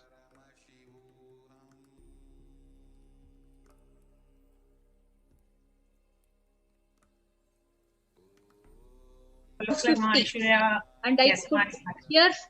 Yes, ma. Yes, ma. I could hear you. Please go ahead. Yeah. So I heard from many of my friends, like sisters' friends, but I couldn't believe how can it be just 450 because we were quarantined for the first week because our apartment whole, because they felt it's going to be in the containment zone because we have to quarantine. You shouldn't go. Aishwarya, just to sorry to interrupt. For our viewers to know, I just sorry to interrupt, but I was saying just for our viewers to know how outside the situation, as Aishwarya was describing, there is so much of people getting infected, and when you go to check whether you are infected or not, you get infected there. When you go to the hospital to cure yourself, there is a possibility of infection there. So much of insecurity that is outside people, and constantly you're hearing news about people getting infected, people dying, people succumbing to this infection, hospital beds not being available. That's the situation that is out there. And here in Adi Kailash, Swamiji is giving such a wonderful ambience where kids and the family, everybody is aligning to the spiritual routine, being in one of the most safe ambience. So Ma Aishwarya, just to summarize, as we are getting late for our next segment, coming from Madurai, where the situation is like that, to Adi Kailash. As you entered Adi Kailash and your first 2 days in Adi Kailash, how did you feel? If you want to summarize your experience in 2 lines. Yes, ma. So I felt very safe because my sister Maitri Solai, she got blessings from Parashakti. So Parashakti blessed us, like she's going to be there with us and Nanme Nadakkum.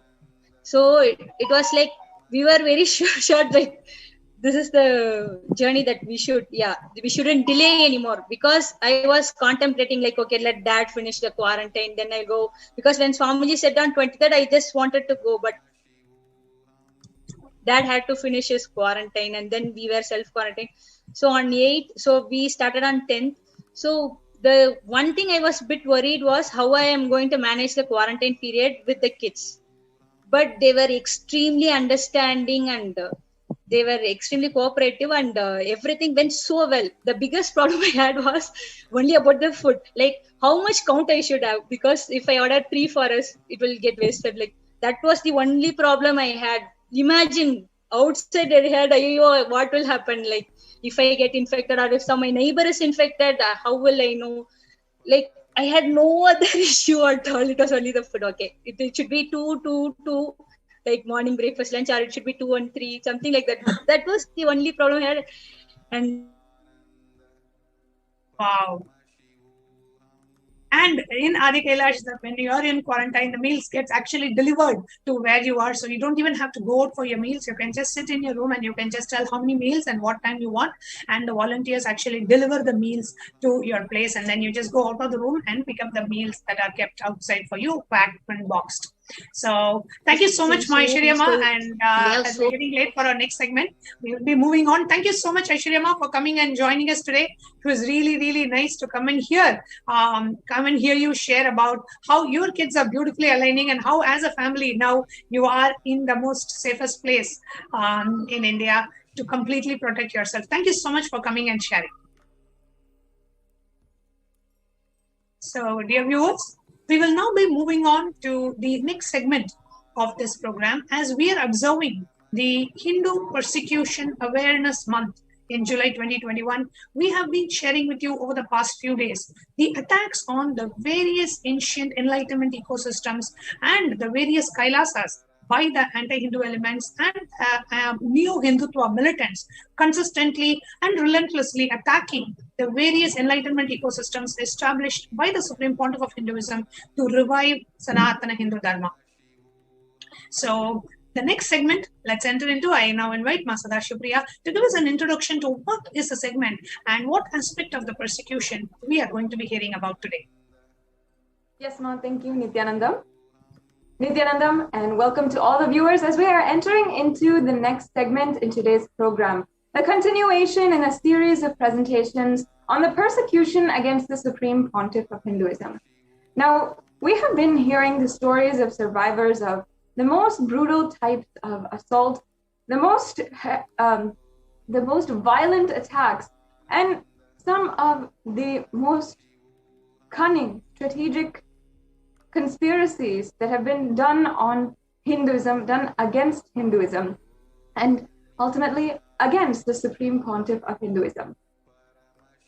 Now, I'd like to begin today with just a brief story or a brief explanation from one of the tactics that was used in World War II. In World War II, the Nazi flight carriers, literally the flight army that they had been bombing cities over and over again.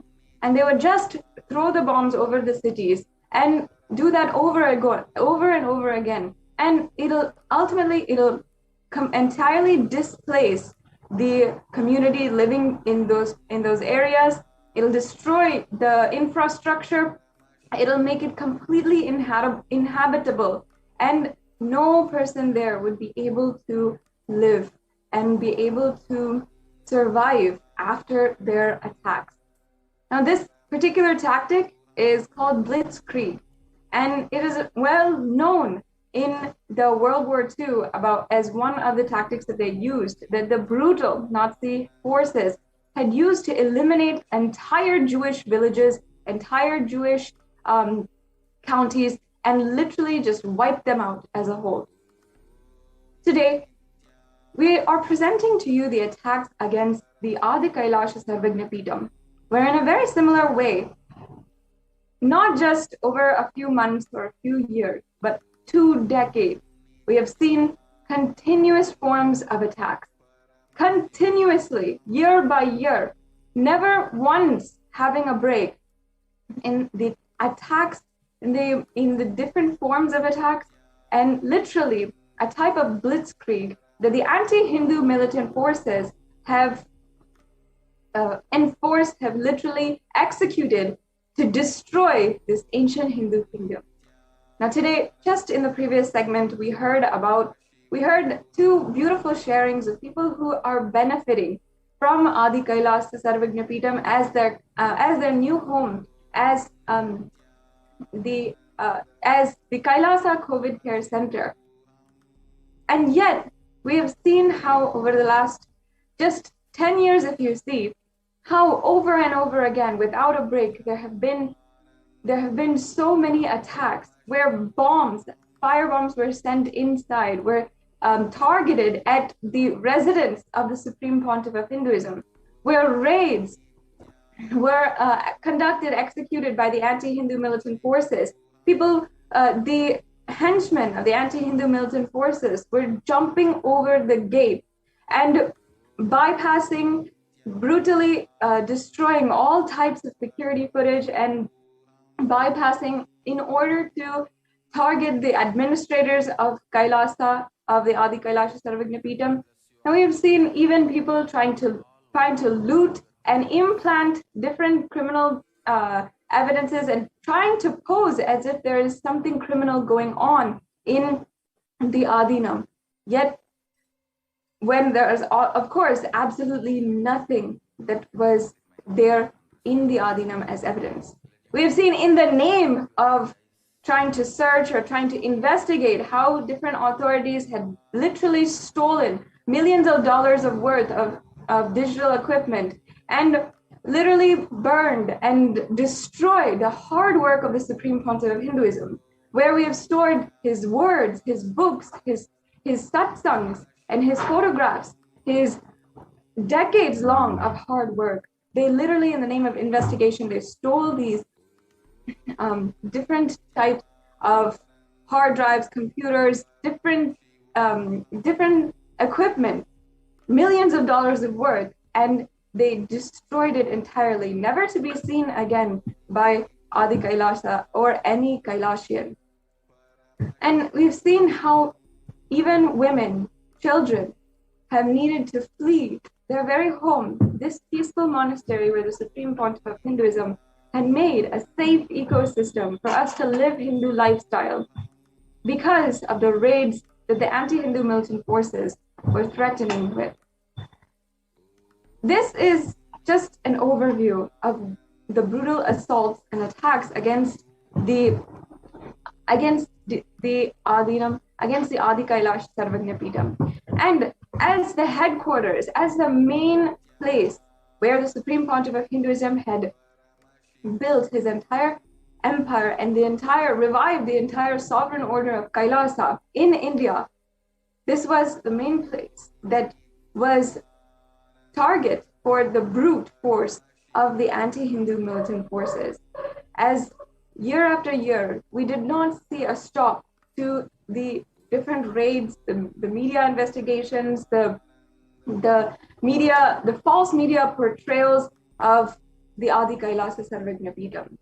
And even today, even while so much of good is going on, the lasting effects of the Adi Kailasha, of the attacks against the Adi Kailasha Sarvagna Peetham are still felt today. Even until today, until May 2021 this year, as many of you know, the Adi Kailasha Sarvagna Peetham had received threats of bio-war and had literally gotten mysterious and extremely suspicious packages. All of these details are what the Adi Kailasha Sarvagna Peetham administrators are going to be explaining to each and every one of us in detail on how this is going to be working, how this has worked, what they had plotted, what they had conspired to do, and on the other side, what the Adi Kailasha Sarvagna Peetham is working to contribute to the world. To begin, I'd like to first give a brief introduction to the Adi Kailasa Sarvagna Peetham, the Adhinam that the Supreme Pontiff of Hinduism had revived. In fact, this great land is the abode of Nithyanandeshwara Kalpa Vriksha, and the very biomemory of Paramashiva himself in the form of a vast, beautiful, peaceful banyan tree. Even Bhagavan Sri Krishna says that among all of the trees, he is the banyan tree, meaning that the banyan tree is worshipped as the most sacred in Sanatana Hindu Dharma. And not only that, the Kalpa Vriksha is referred to in many different scriptures, including the Kamikagama, in the Guru Gita, in the Puranas, as having come out of the churning of the Milky Ocean. In the great Puranas, there is an incident, a beautiful narration and happening, a cosmic happening that is known as the churning of the Milky Ocean, which is mapped to the creation of the entire Milky Way galaxy.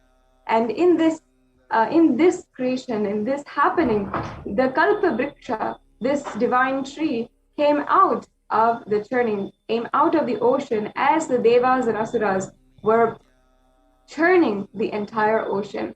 And you can easily find these references on YouTube and Google if you see about the churning of the Milky Ocean and the source of the Kalpa Vriksha tree.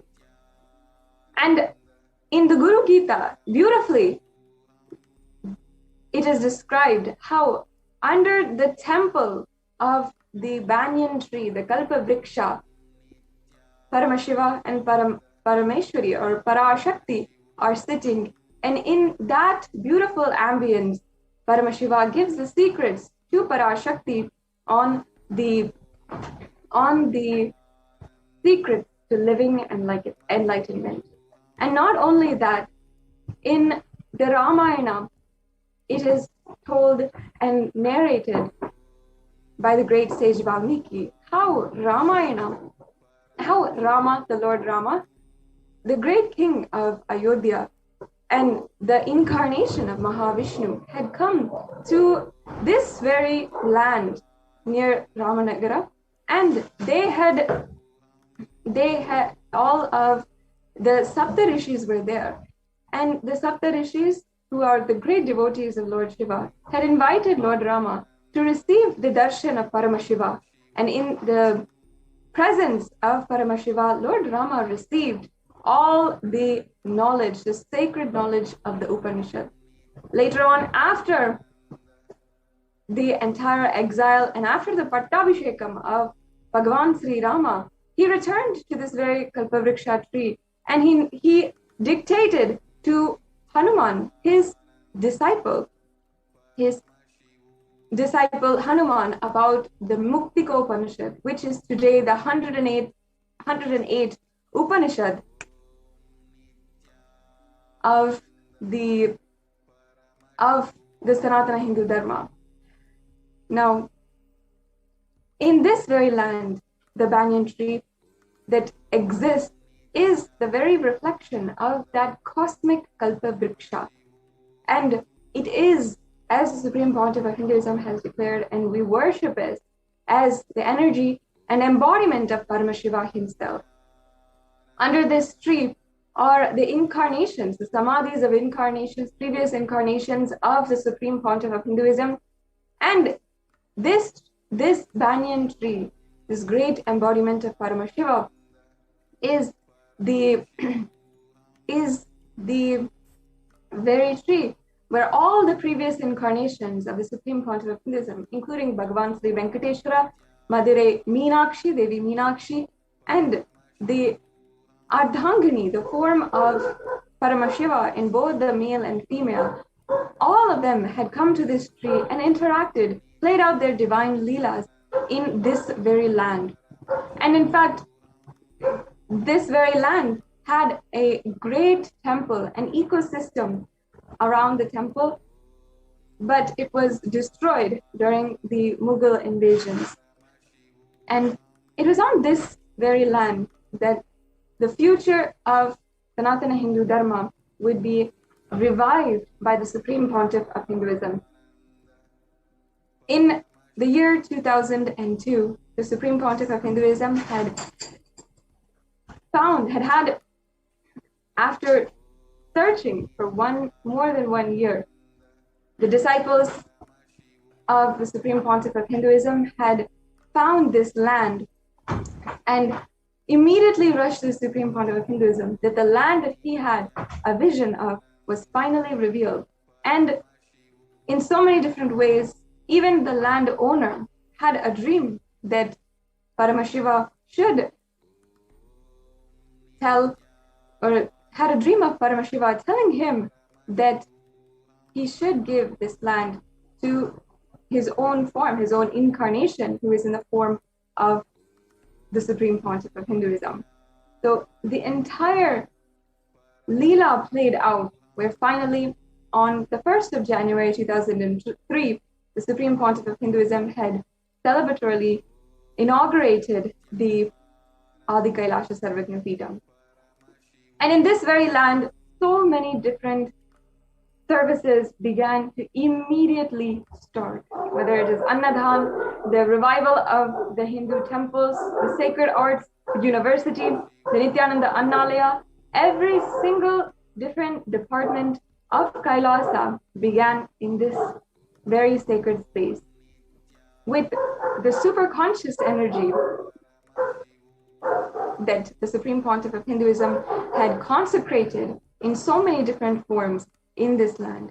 So without further ado, I'd like to invite the administrators of the Adi Kailasa Sarvagnya Peetham, Ma Nitya Achalananda Swami and Ma Nitya Prana Priyananda, to explain in detail about the history, the contributions of the Adi Kailasa Sarvagnya Peetham in brief, and then please tell us about the subsequent attacks against the Adinam of Adi Kailasa Sarvagnya Peetham. Now, we'll be continuing on with this segment of today's program of the persecution and attacks against the Adi Kailasa Sarvagnya Peetham after a very quick break.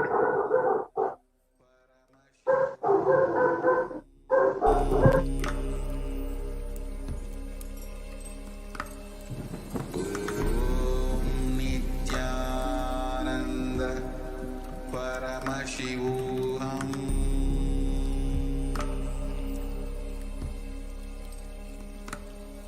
Om Nithyananda Paramashivoham.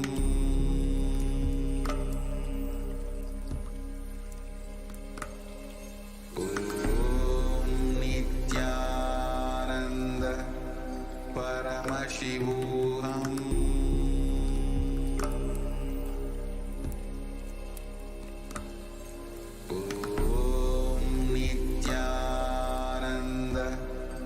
Paramashivoham.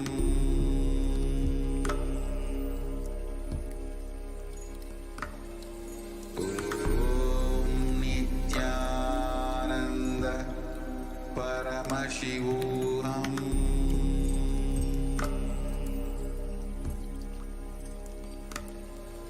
Om Nithyananda Paramashivoham.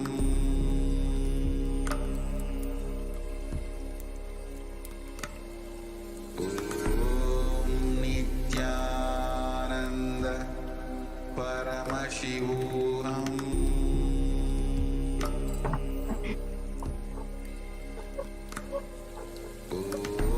Nithyananda.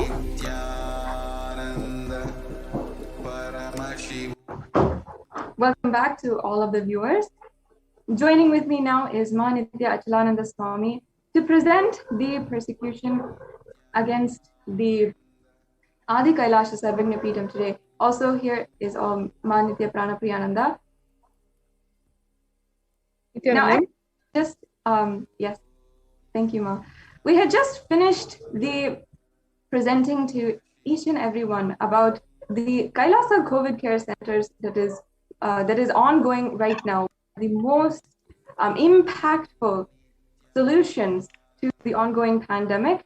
And on contrast, today we are presenting what has happened against the Supreme Pontiff of Hinduism and Adi Kailasa Sarvagnya Peetham.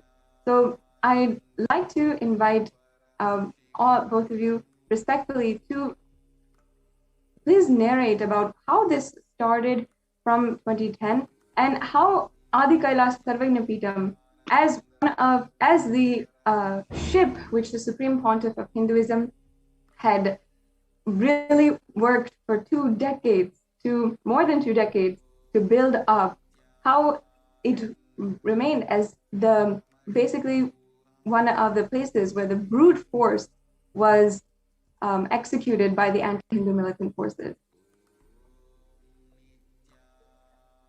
Yes, actually, to kind of recap, the Adi Kailasa ship, as Bhagwan said and as Devi Parashakti revealed, was in construction, literally to speak, for more than a decade.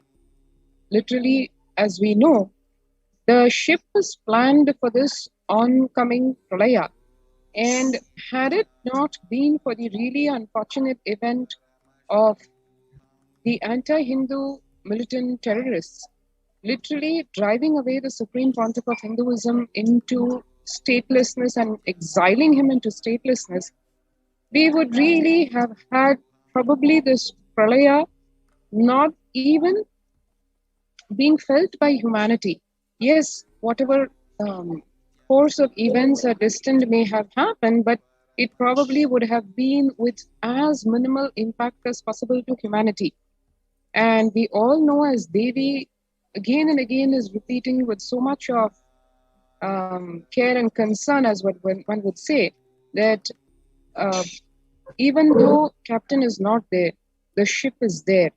And as Bhagwan also said, and as Devi said, if the Padayatra that was planned for 2020, all the way from Kanyakumari to the northern tip of Bharat and Kashmir, if that had happened, led by the Supreme Pontiff of Hinduism, along with his 10,000 sannyasis, visiting all the pilgrimage places, the sacred places, and if that had happened, then whatever karma, the negative karma accumulated collectively by humanity, by the abuse we have all done to Bhuma Devi, to the planet Earth, would have been mitigated or washed away had the holy feet of the Supreme Pontiff of Hinduism, Jagat Guru Mahasannidhanam, His Divine Holiness, Bhagwan Nithyananda Paramashivam, been there on this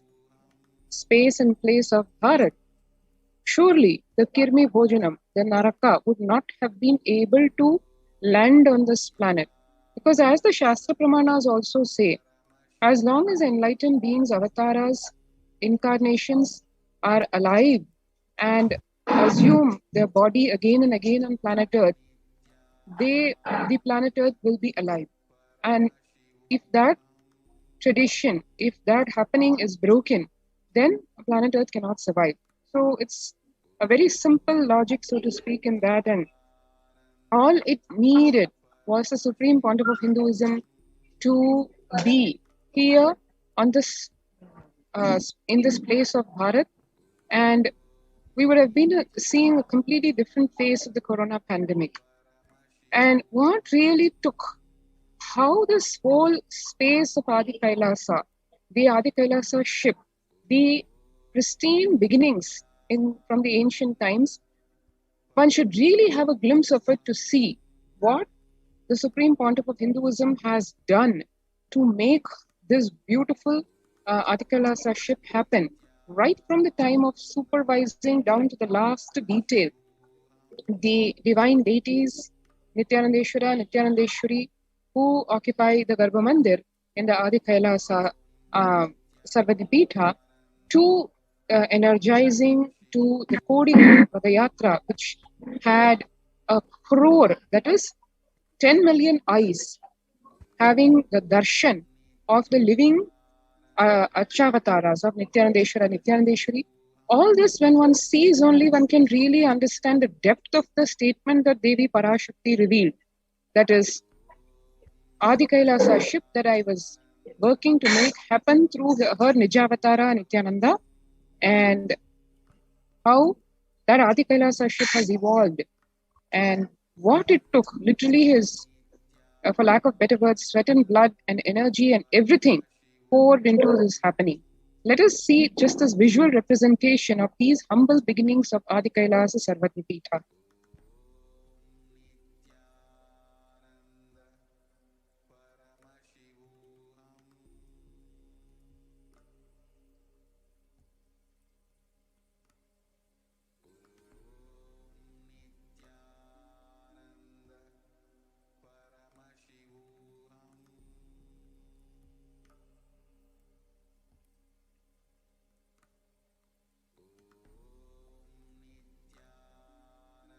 Yes, Ma, and I also wanted to even mention how not only in the amount of sacred sciences that the Supreme Pontiff of Hinduism revived in this land through the consecration of the Garbha and the the revival of the deity worship and the consecration of Nithyanandeshwara, Nithyanandeshwari, Vaidya Sarovar, and the making literally of the Navapashana 20-foot tall, 21-foot tall Navapashana linga, as well as the consecration of Mahakala Bhairava at the front gate. Not only this, but also creating a hub where so many thousands of people every single year would be coming and having literally a super conscious breakthrough.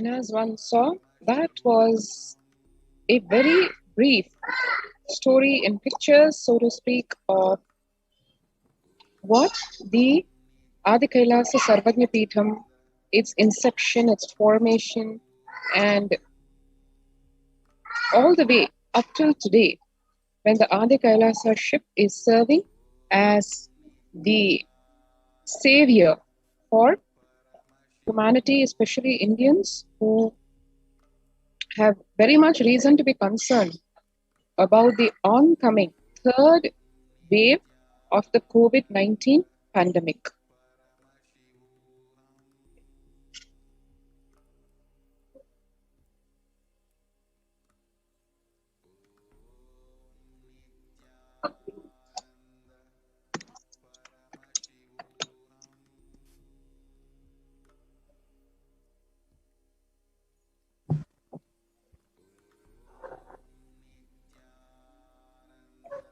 I'm sure all of us, at least most of us, would have been witness to this happening way back in 2006 when this Kodikan Radayatra happened, and much before that, when the preparation for the same happened, as we all saw in the video, the murtis, the idols, the deities of Nithyanandeshwara, Nithyanandeshwari carved directly the first stone that had them embedded directly, the first cut done by the Supreme Pontiff of Hinduism himself.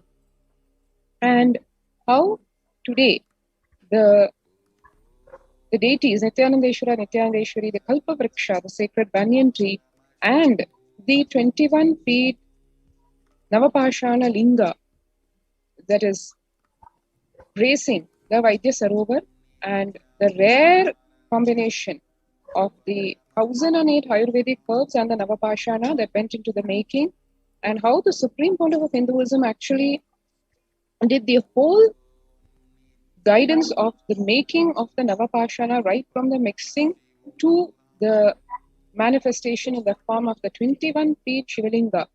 Everything prepared in preparation really for this COVID-19 pandemic that the whole world is facing today. And honestly, as we saw in the previous segments, has no clue how to handle, be it the governments or the non-profit sectors, social service organizations, humanitarian services, everybody at a loss to really see how to curtail and control this pandemic.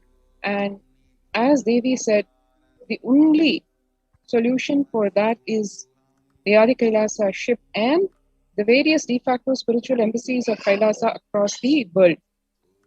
Now, because of this promise, and amongst other things, the promise that Adi Kailasa held for the Adi Kailasa Sarvajna Peetham held for the whole world in the form of either the grace of the temple, the Kalpa Vriksha, or the Gurukul, which is literally the incubator of special beings, as Bhagavan says, who right from their childhood are brought up directly in this divine presence, and hence power manifestation being a way of life for them, to the various ways in which Bhagavan has empowered, especially the women folk, the female bodies, whether in terms of administration or in temple services, giving them not just equality as a modern world would demand, but really their unique position. And as one saw in the report directly by the United Nations, where it is recognizing the first time an international body like the United Nations recognizing persecution has been done to Hindus and Hinduism. And finally, the world is coming to know of something called persecution done to Hinduism. So, Adi Kailasa Sarvajna Peetham is actually one of the worst hit, I would say, in terms of this persecution, whether it was done on the women folk, or on the Gurukul children, or on the temple, or on the Vaidya Sarovar. This is all on top of the blatant assassination attempts that were done on the Supreme Pontiff of Hinduism, like directly trying to burn him alive in his very own quarters in 2010 in the wake of the video that was spread virally about him, denigrating him, and using that as a justification to literally burn him alive and telecast that live on television. Something that anybody would just be shocked to hear about, that too happening in the so-called 21st century. But that's what Adi Kailasa Sarvajna Peetham has been witness to. And really, this is, on one hand, a standing testimony to the will persistence of the Supreme Pontiff of Hinduism in terms of giving to humanity the best that and the ultimate that he keeps giving. And also because of that inspiration derived by the followers, the sannyasis, the monks, the nuns of the Sovereign Order of Kailasa, also trying to embody in the same in whatever way they can. Right. Yes, ma'am. And we have so much of the footage that was absolutely horrifying to see, even of the charcoal, literally what was left of the places of attack that the anti-Hindu militants had directed their attack, especially the very place where the Supreme Pontiff of Hinduism had his residence, as well as many of the surrounding huts and the surrounding places. Every place was absolutely destroyed. And I actually found it very shocking was when I was hearing about this, reading about what actually happened, that in the media, even up until 20 minutes before the actual attacks, and suddenly when we were witnessing the attacks, the media was already projecting that there was certain attacks going on in the Adinam, and we were receiving phone calls inside of the Adinam saying that, okay, what's going on? And many of us didn't know until 20 minutes later, or just a little bit later, we're seeing suddenly the whole Adinam is on fire, smoke is in the air, and we have absolutely, and being on the inside, we have absolutely no idea about it. But somehow in the media, they were already projecting, they were already showing that this was going on. This clearly shows that this was a planned attack, and the media mafia had such strong influence in how they were literally trying to show the entire thing and trying to execute their plans, essentially, in the attacks against the Supreme Pontiff of Hinduism, in this direct assassination attempt against the Supreme Pontiff of Hinduism. We were seeing how just this absolutely tragic and devastation that was ongoing on this ancient Hindu kingdom and the Adi Kailasa Sarvajna Peetham, where thousands of people have found peace and found so much of spiritual upliftment, was suddenly set on fire. And so many of the Adinavasis, everyone is running around helter-skelter, not understanding, not knowing what to do, essentially. And as you were sharing even a couple of days before, if you could also share about how at that time, what was the immediate response of the of everyone there, and how did we try to navigate in that situation as someone who was actually there during the attack?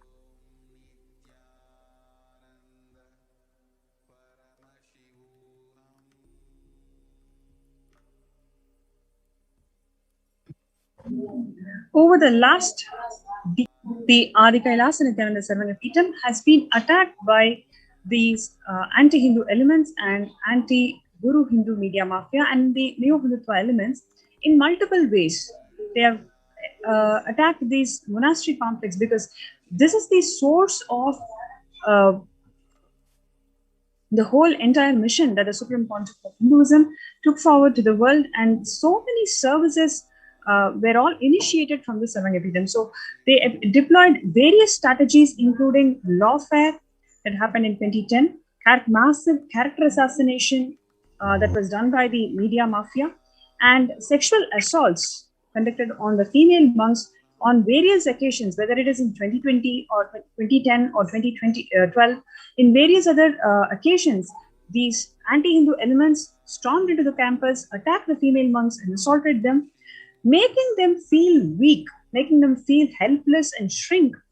The whole idea that was deployed by these anti-Hindu elements is to marginalize and isolate the Supreme Pontiff of Hinduism, and therefore they can conduct or execute their assassination attempt. So that was a sinister plan, and that continued over the years. Over the time frame of 10 years, this ongoing persecution happened. So whether it is in terms of lawfare or multiple false arrests, illegal arrests, whether it is assaulting the female monks, character assassination, in all ways, in all other ways, these anti-Hindu elements attacked and destroyed this Adi Kailasa Nithyananda Paramashivam. And time and again, due to the persistent efforts of the Supreme Pontiff of Hinduism, with his guidance, the community of the Supreme Pontiff of Hinduism came together and rebuilt time after time. And every time they rebuilt, these anti-Hindu elements came up with a new strategy, new lawfare, and new persecution attempt and tried to destroy it. That is what we've been observing for the last 10 years, over the 10 years. And even recently in 2021, now a few months before, a biohazard weapon, biowar weapon was deployed in this Adi Kailasa Nithyananda Paramashivam for destroying the efforts, noble efforts of the Supreme Pontiff of Hinduism in opening his Kailasas as the centers for COVID protection. So especially when India was struggling to meet the demands, whether it is infrastructure-wise or medical needs-wise, so many other ways people were struggling to ensure that they are safe with their family. So at that time, the Supreme Pontiff of Hinduism has opened the doors of Kailasa for people to come and stay and feel safe.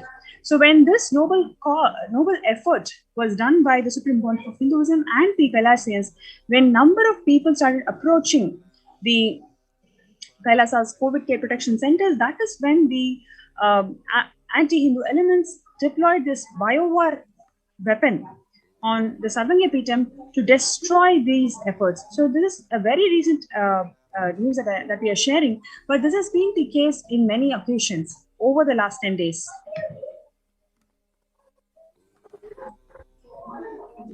Yes, ma'am. Continuously happening, whether it is in the form of loot and anti-Hindu trying to sneak in and loot the various different resources, including the temple deities, and in the name of investigation, even coming inside and brutally assaulting the Adinavasis, making it unsafe, absolutely hostile place, and continuously after the initial attacks on the 2nd of March 2010, and then the most brutal attack on the 3rd of March 2010.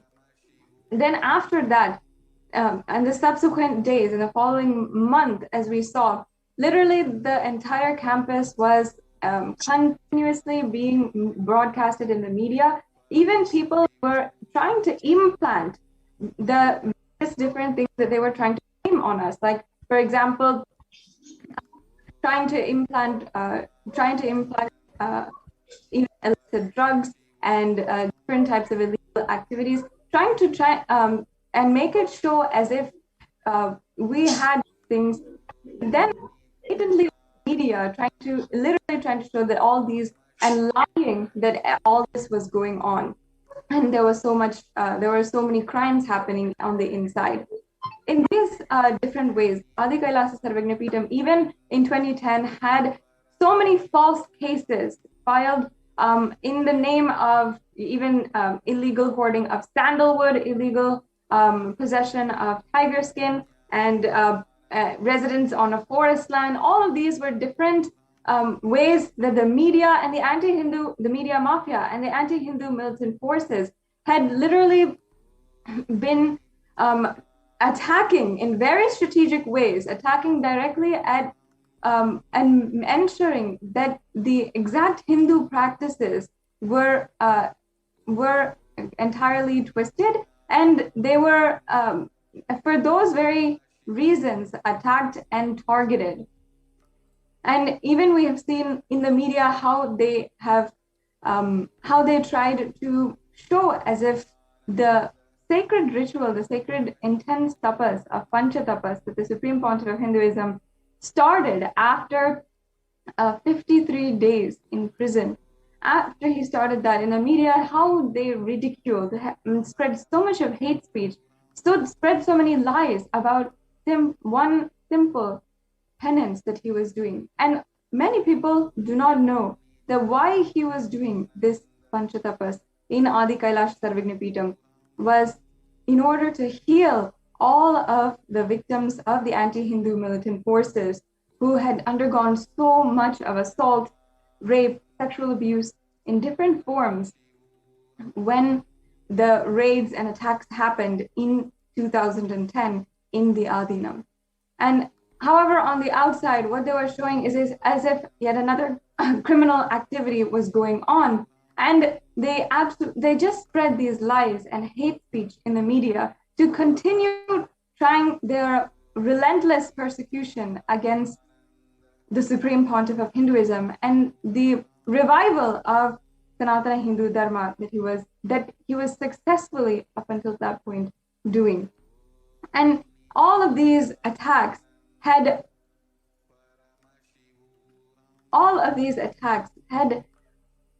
put so much of strain, entirely diverted the resources of the Supreme Pontiff of Hinduism, of this grand revival, from spreading, enriching more and more people across the world into trying to constantly defend ourselves.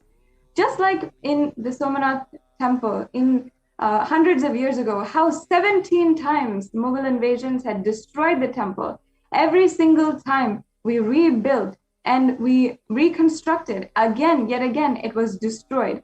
In the same way, the Supreme Pontiff of Hinduism continuously spent time in rebuilding, spent time in trying to build up the infrastructure. They would again and again deploy different kinds of attacks, and distract the resources, all of the attention, all the energy, the power, the resources into trying to reconstruct, trying to rebuild the work that he has done already, instead of enriching and expanding. In 2012, we saw another brutal attack against the Adinam, which actually escalated into never before seen acts again that were executed by even state-sponsored elements that was entirely unprecedented and was shocking to the point that they would publicly announce such illegal acts. And foremost was how the CM of Karnataka had announced that they were going to seize the entire Adinam, the Adi Kailasha Sarvignapitam, and they were not, and this was first of all an entirely illegal act that they were doing, and after that they had sealed the entire Adinam, and where even all of the doors and the rooms and everything were locked. The Adinavasis were not able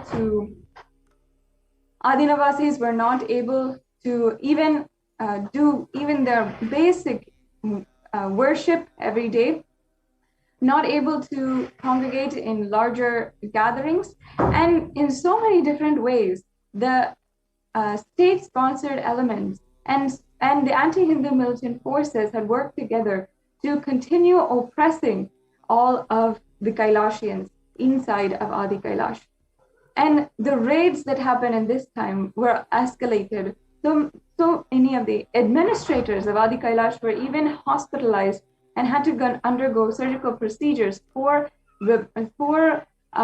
healing from the attacks. Not only that, we had seen so many different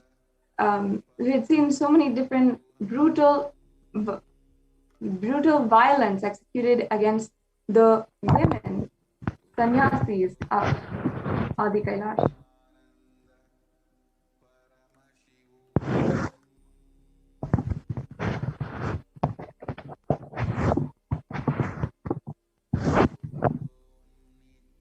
As we see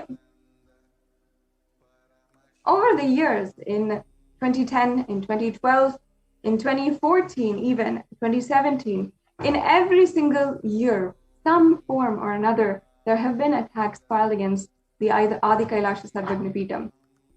And as you can see here, one of the media personnel, a disguised media personnel, trying to attempt a direct assassination attempt against the Supreme Pontiff of Hinduism in Adi Kailasha Sarvagna Peetham. And immediately after this, after distracting the attention away from the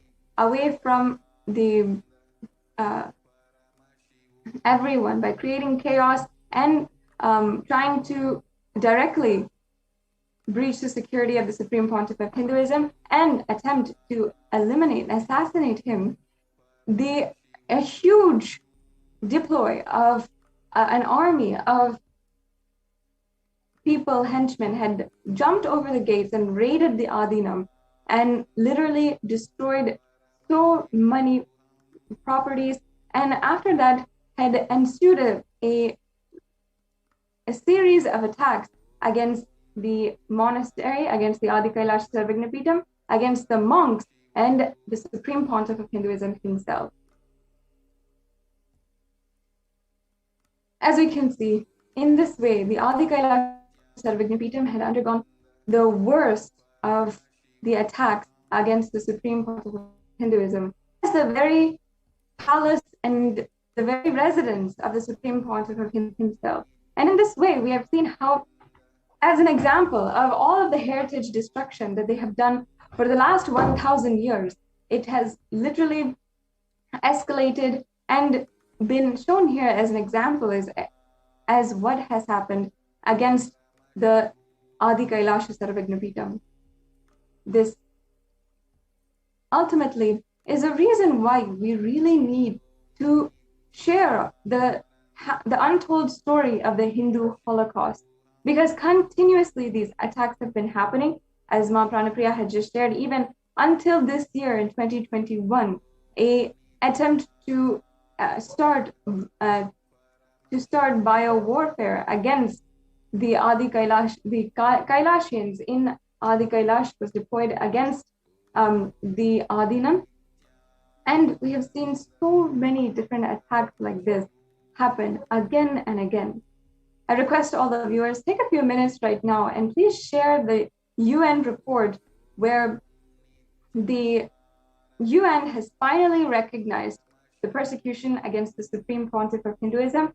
And with more and more people who are voicing out and sharing this news and sharing the reality of what's happening with Hindus all over the world, we have more and more of a chance to ensure that the Hindu Holocaust finally ends and we revive the ancient Hindu civilization.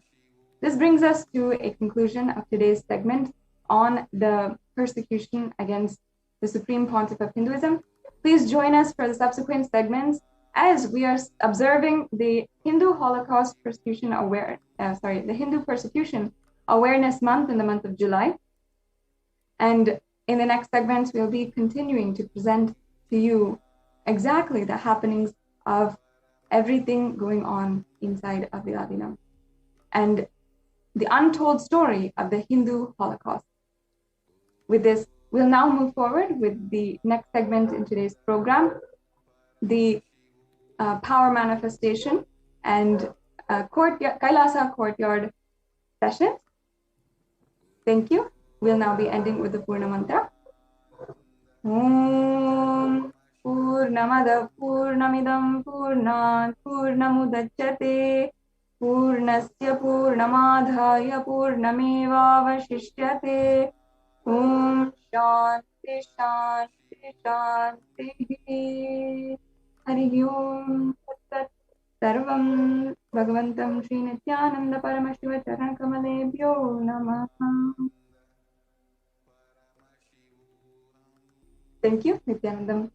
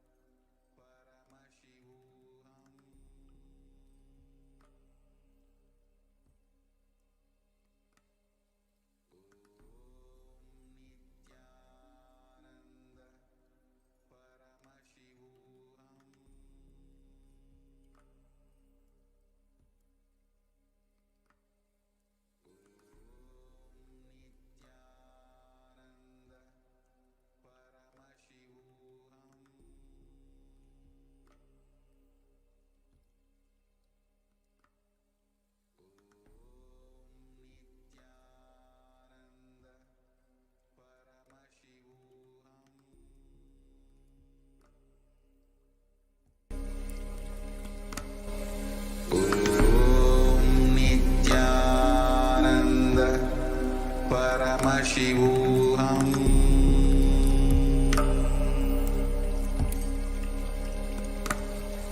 Om Nithyananda Paramashivoham.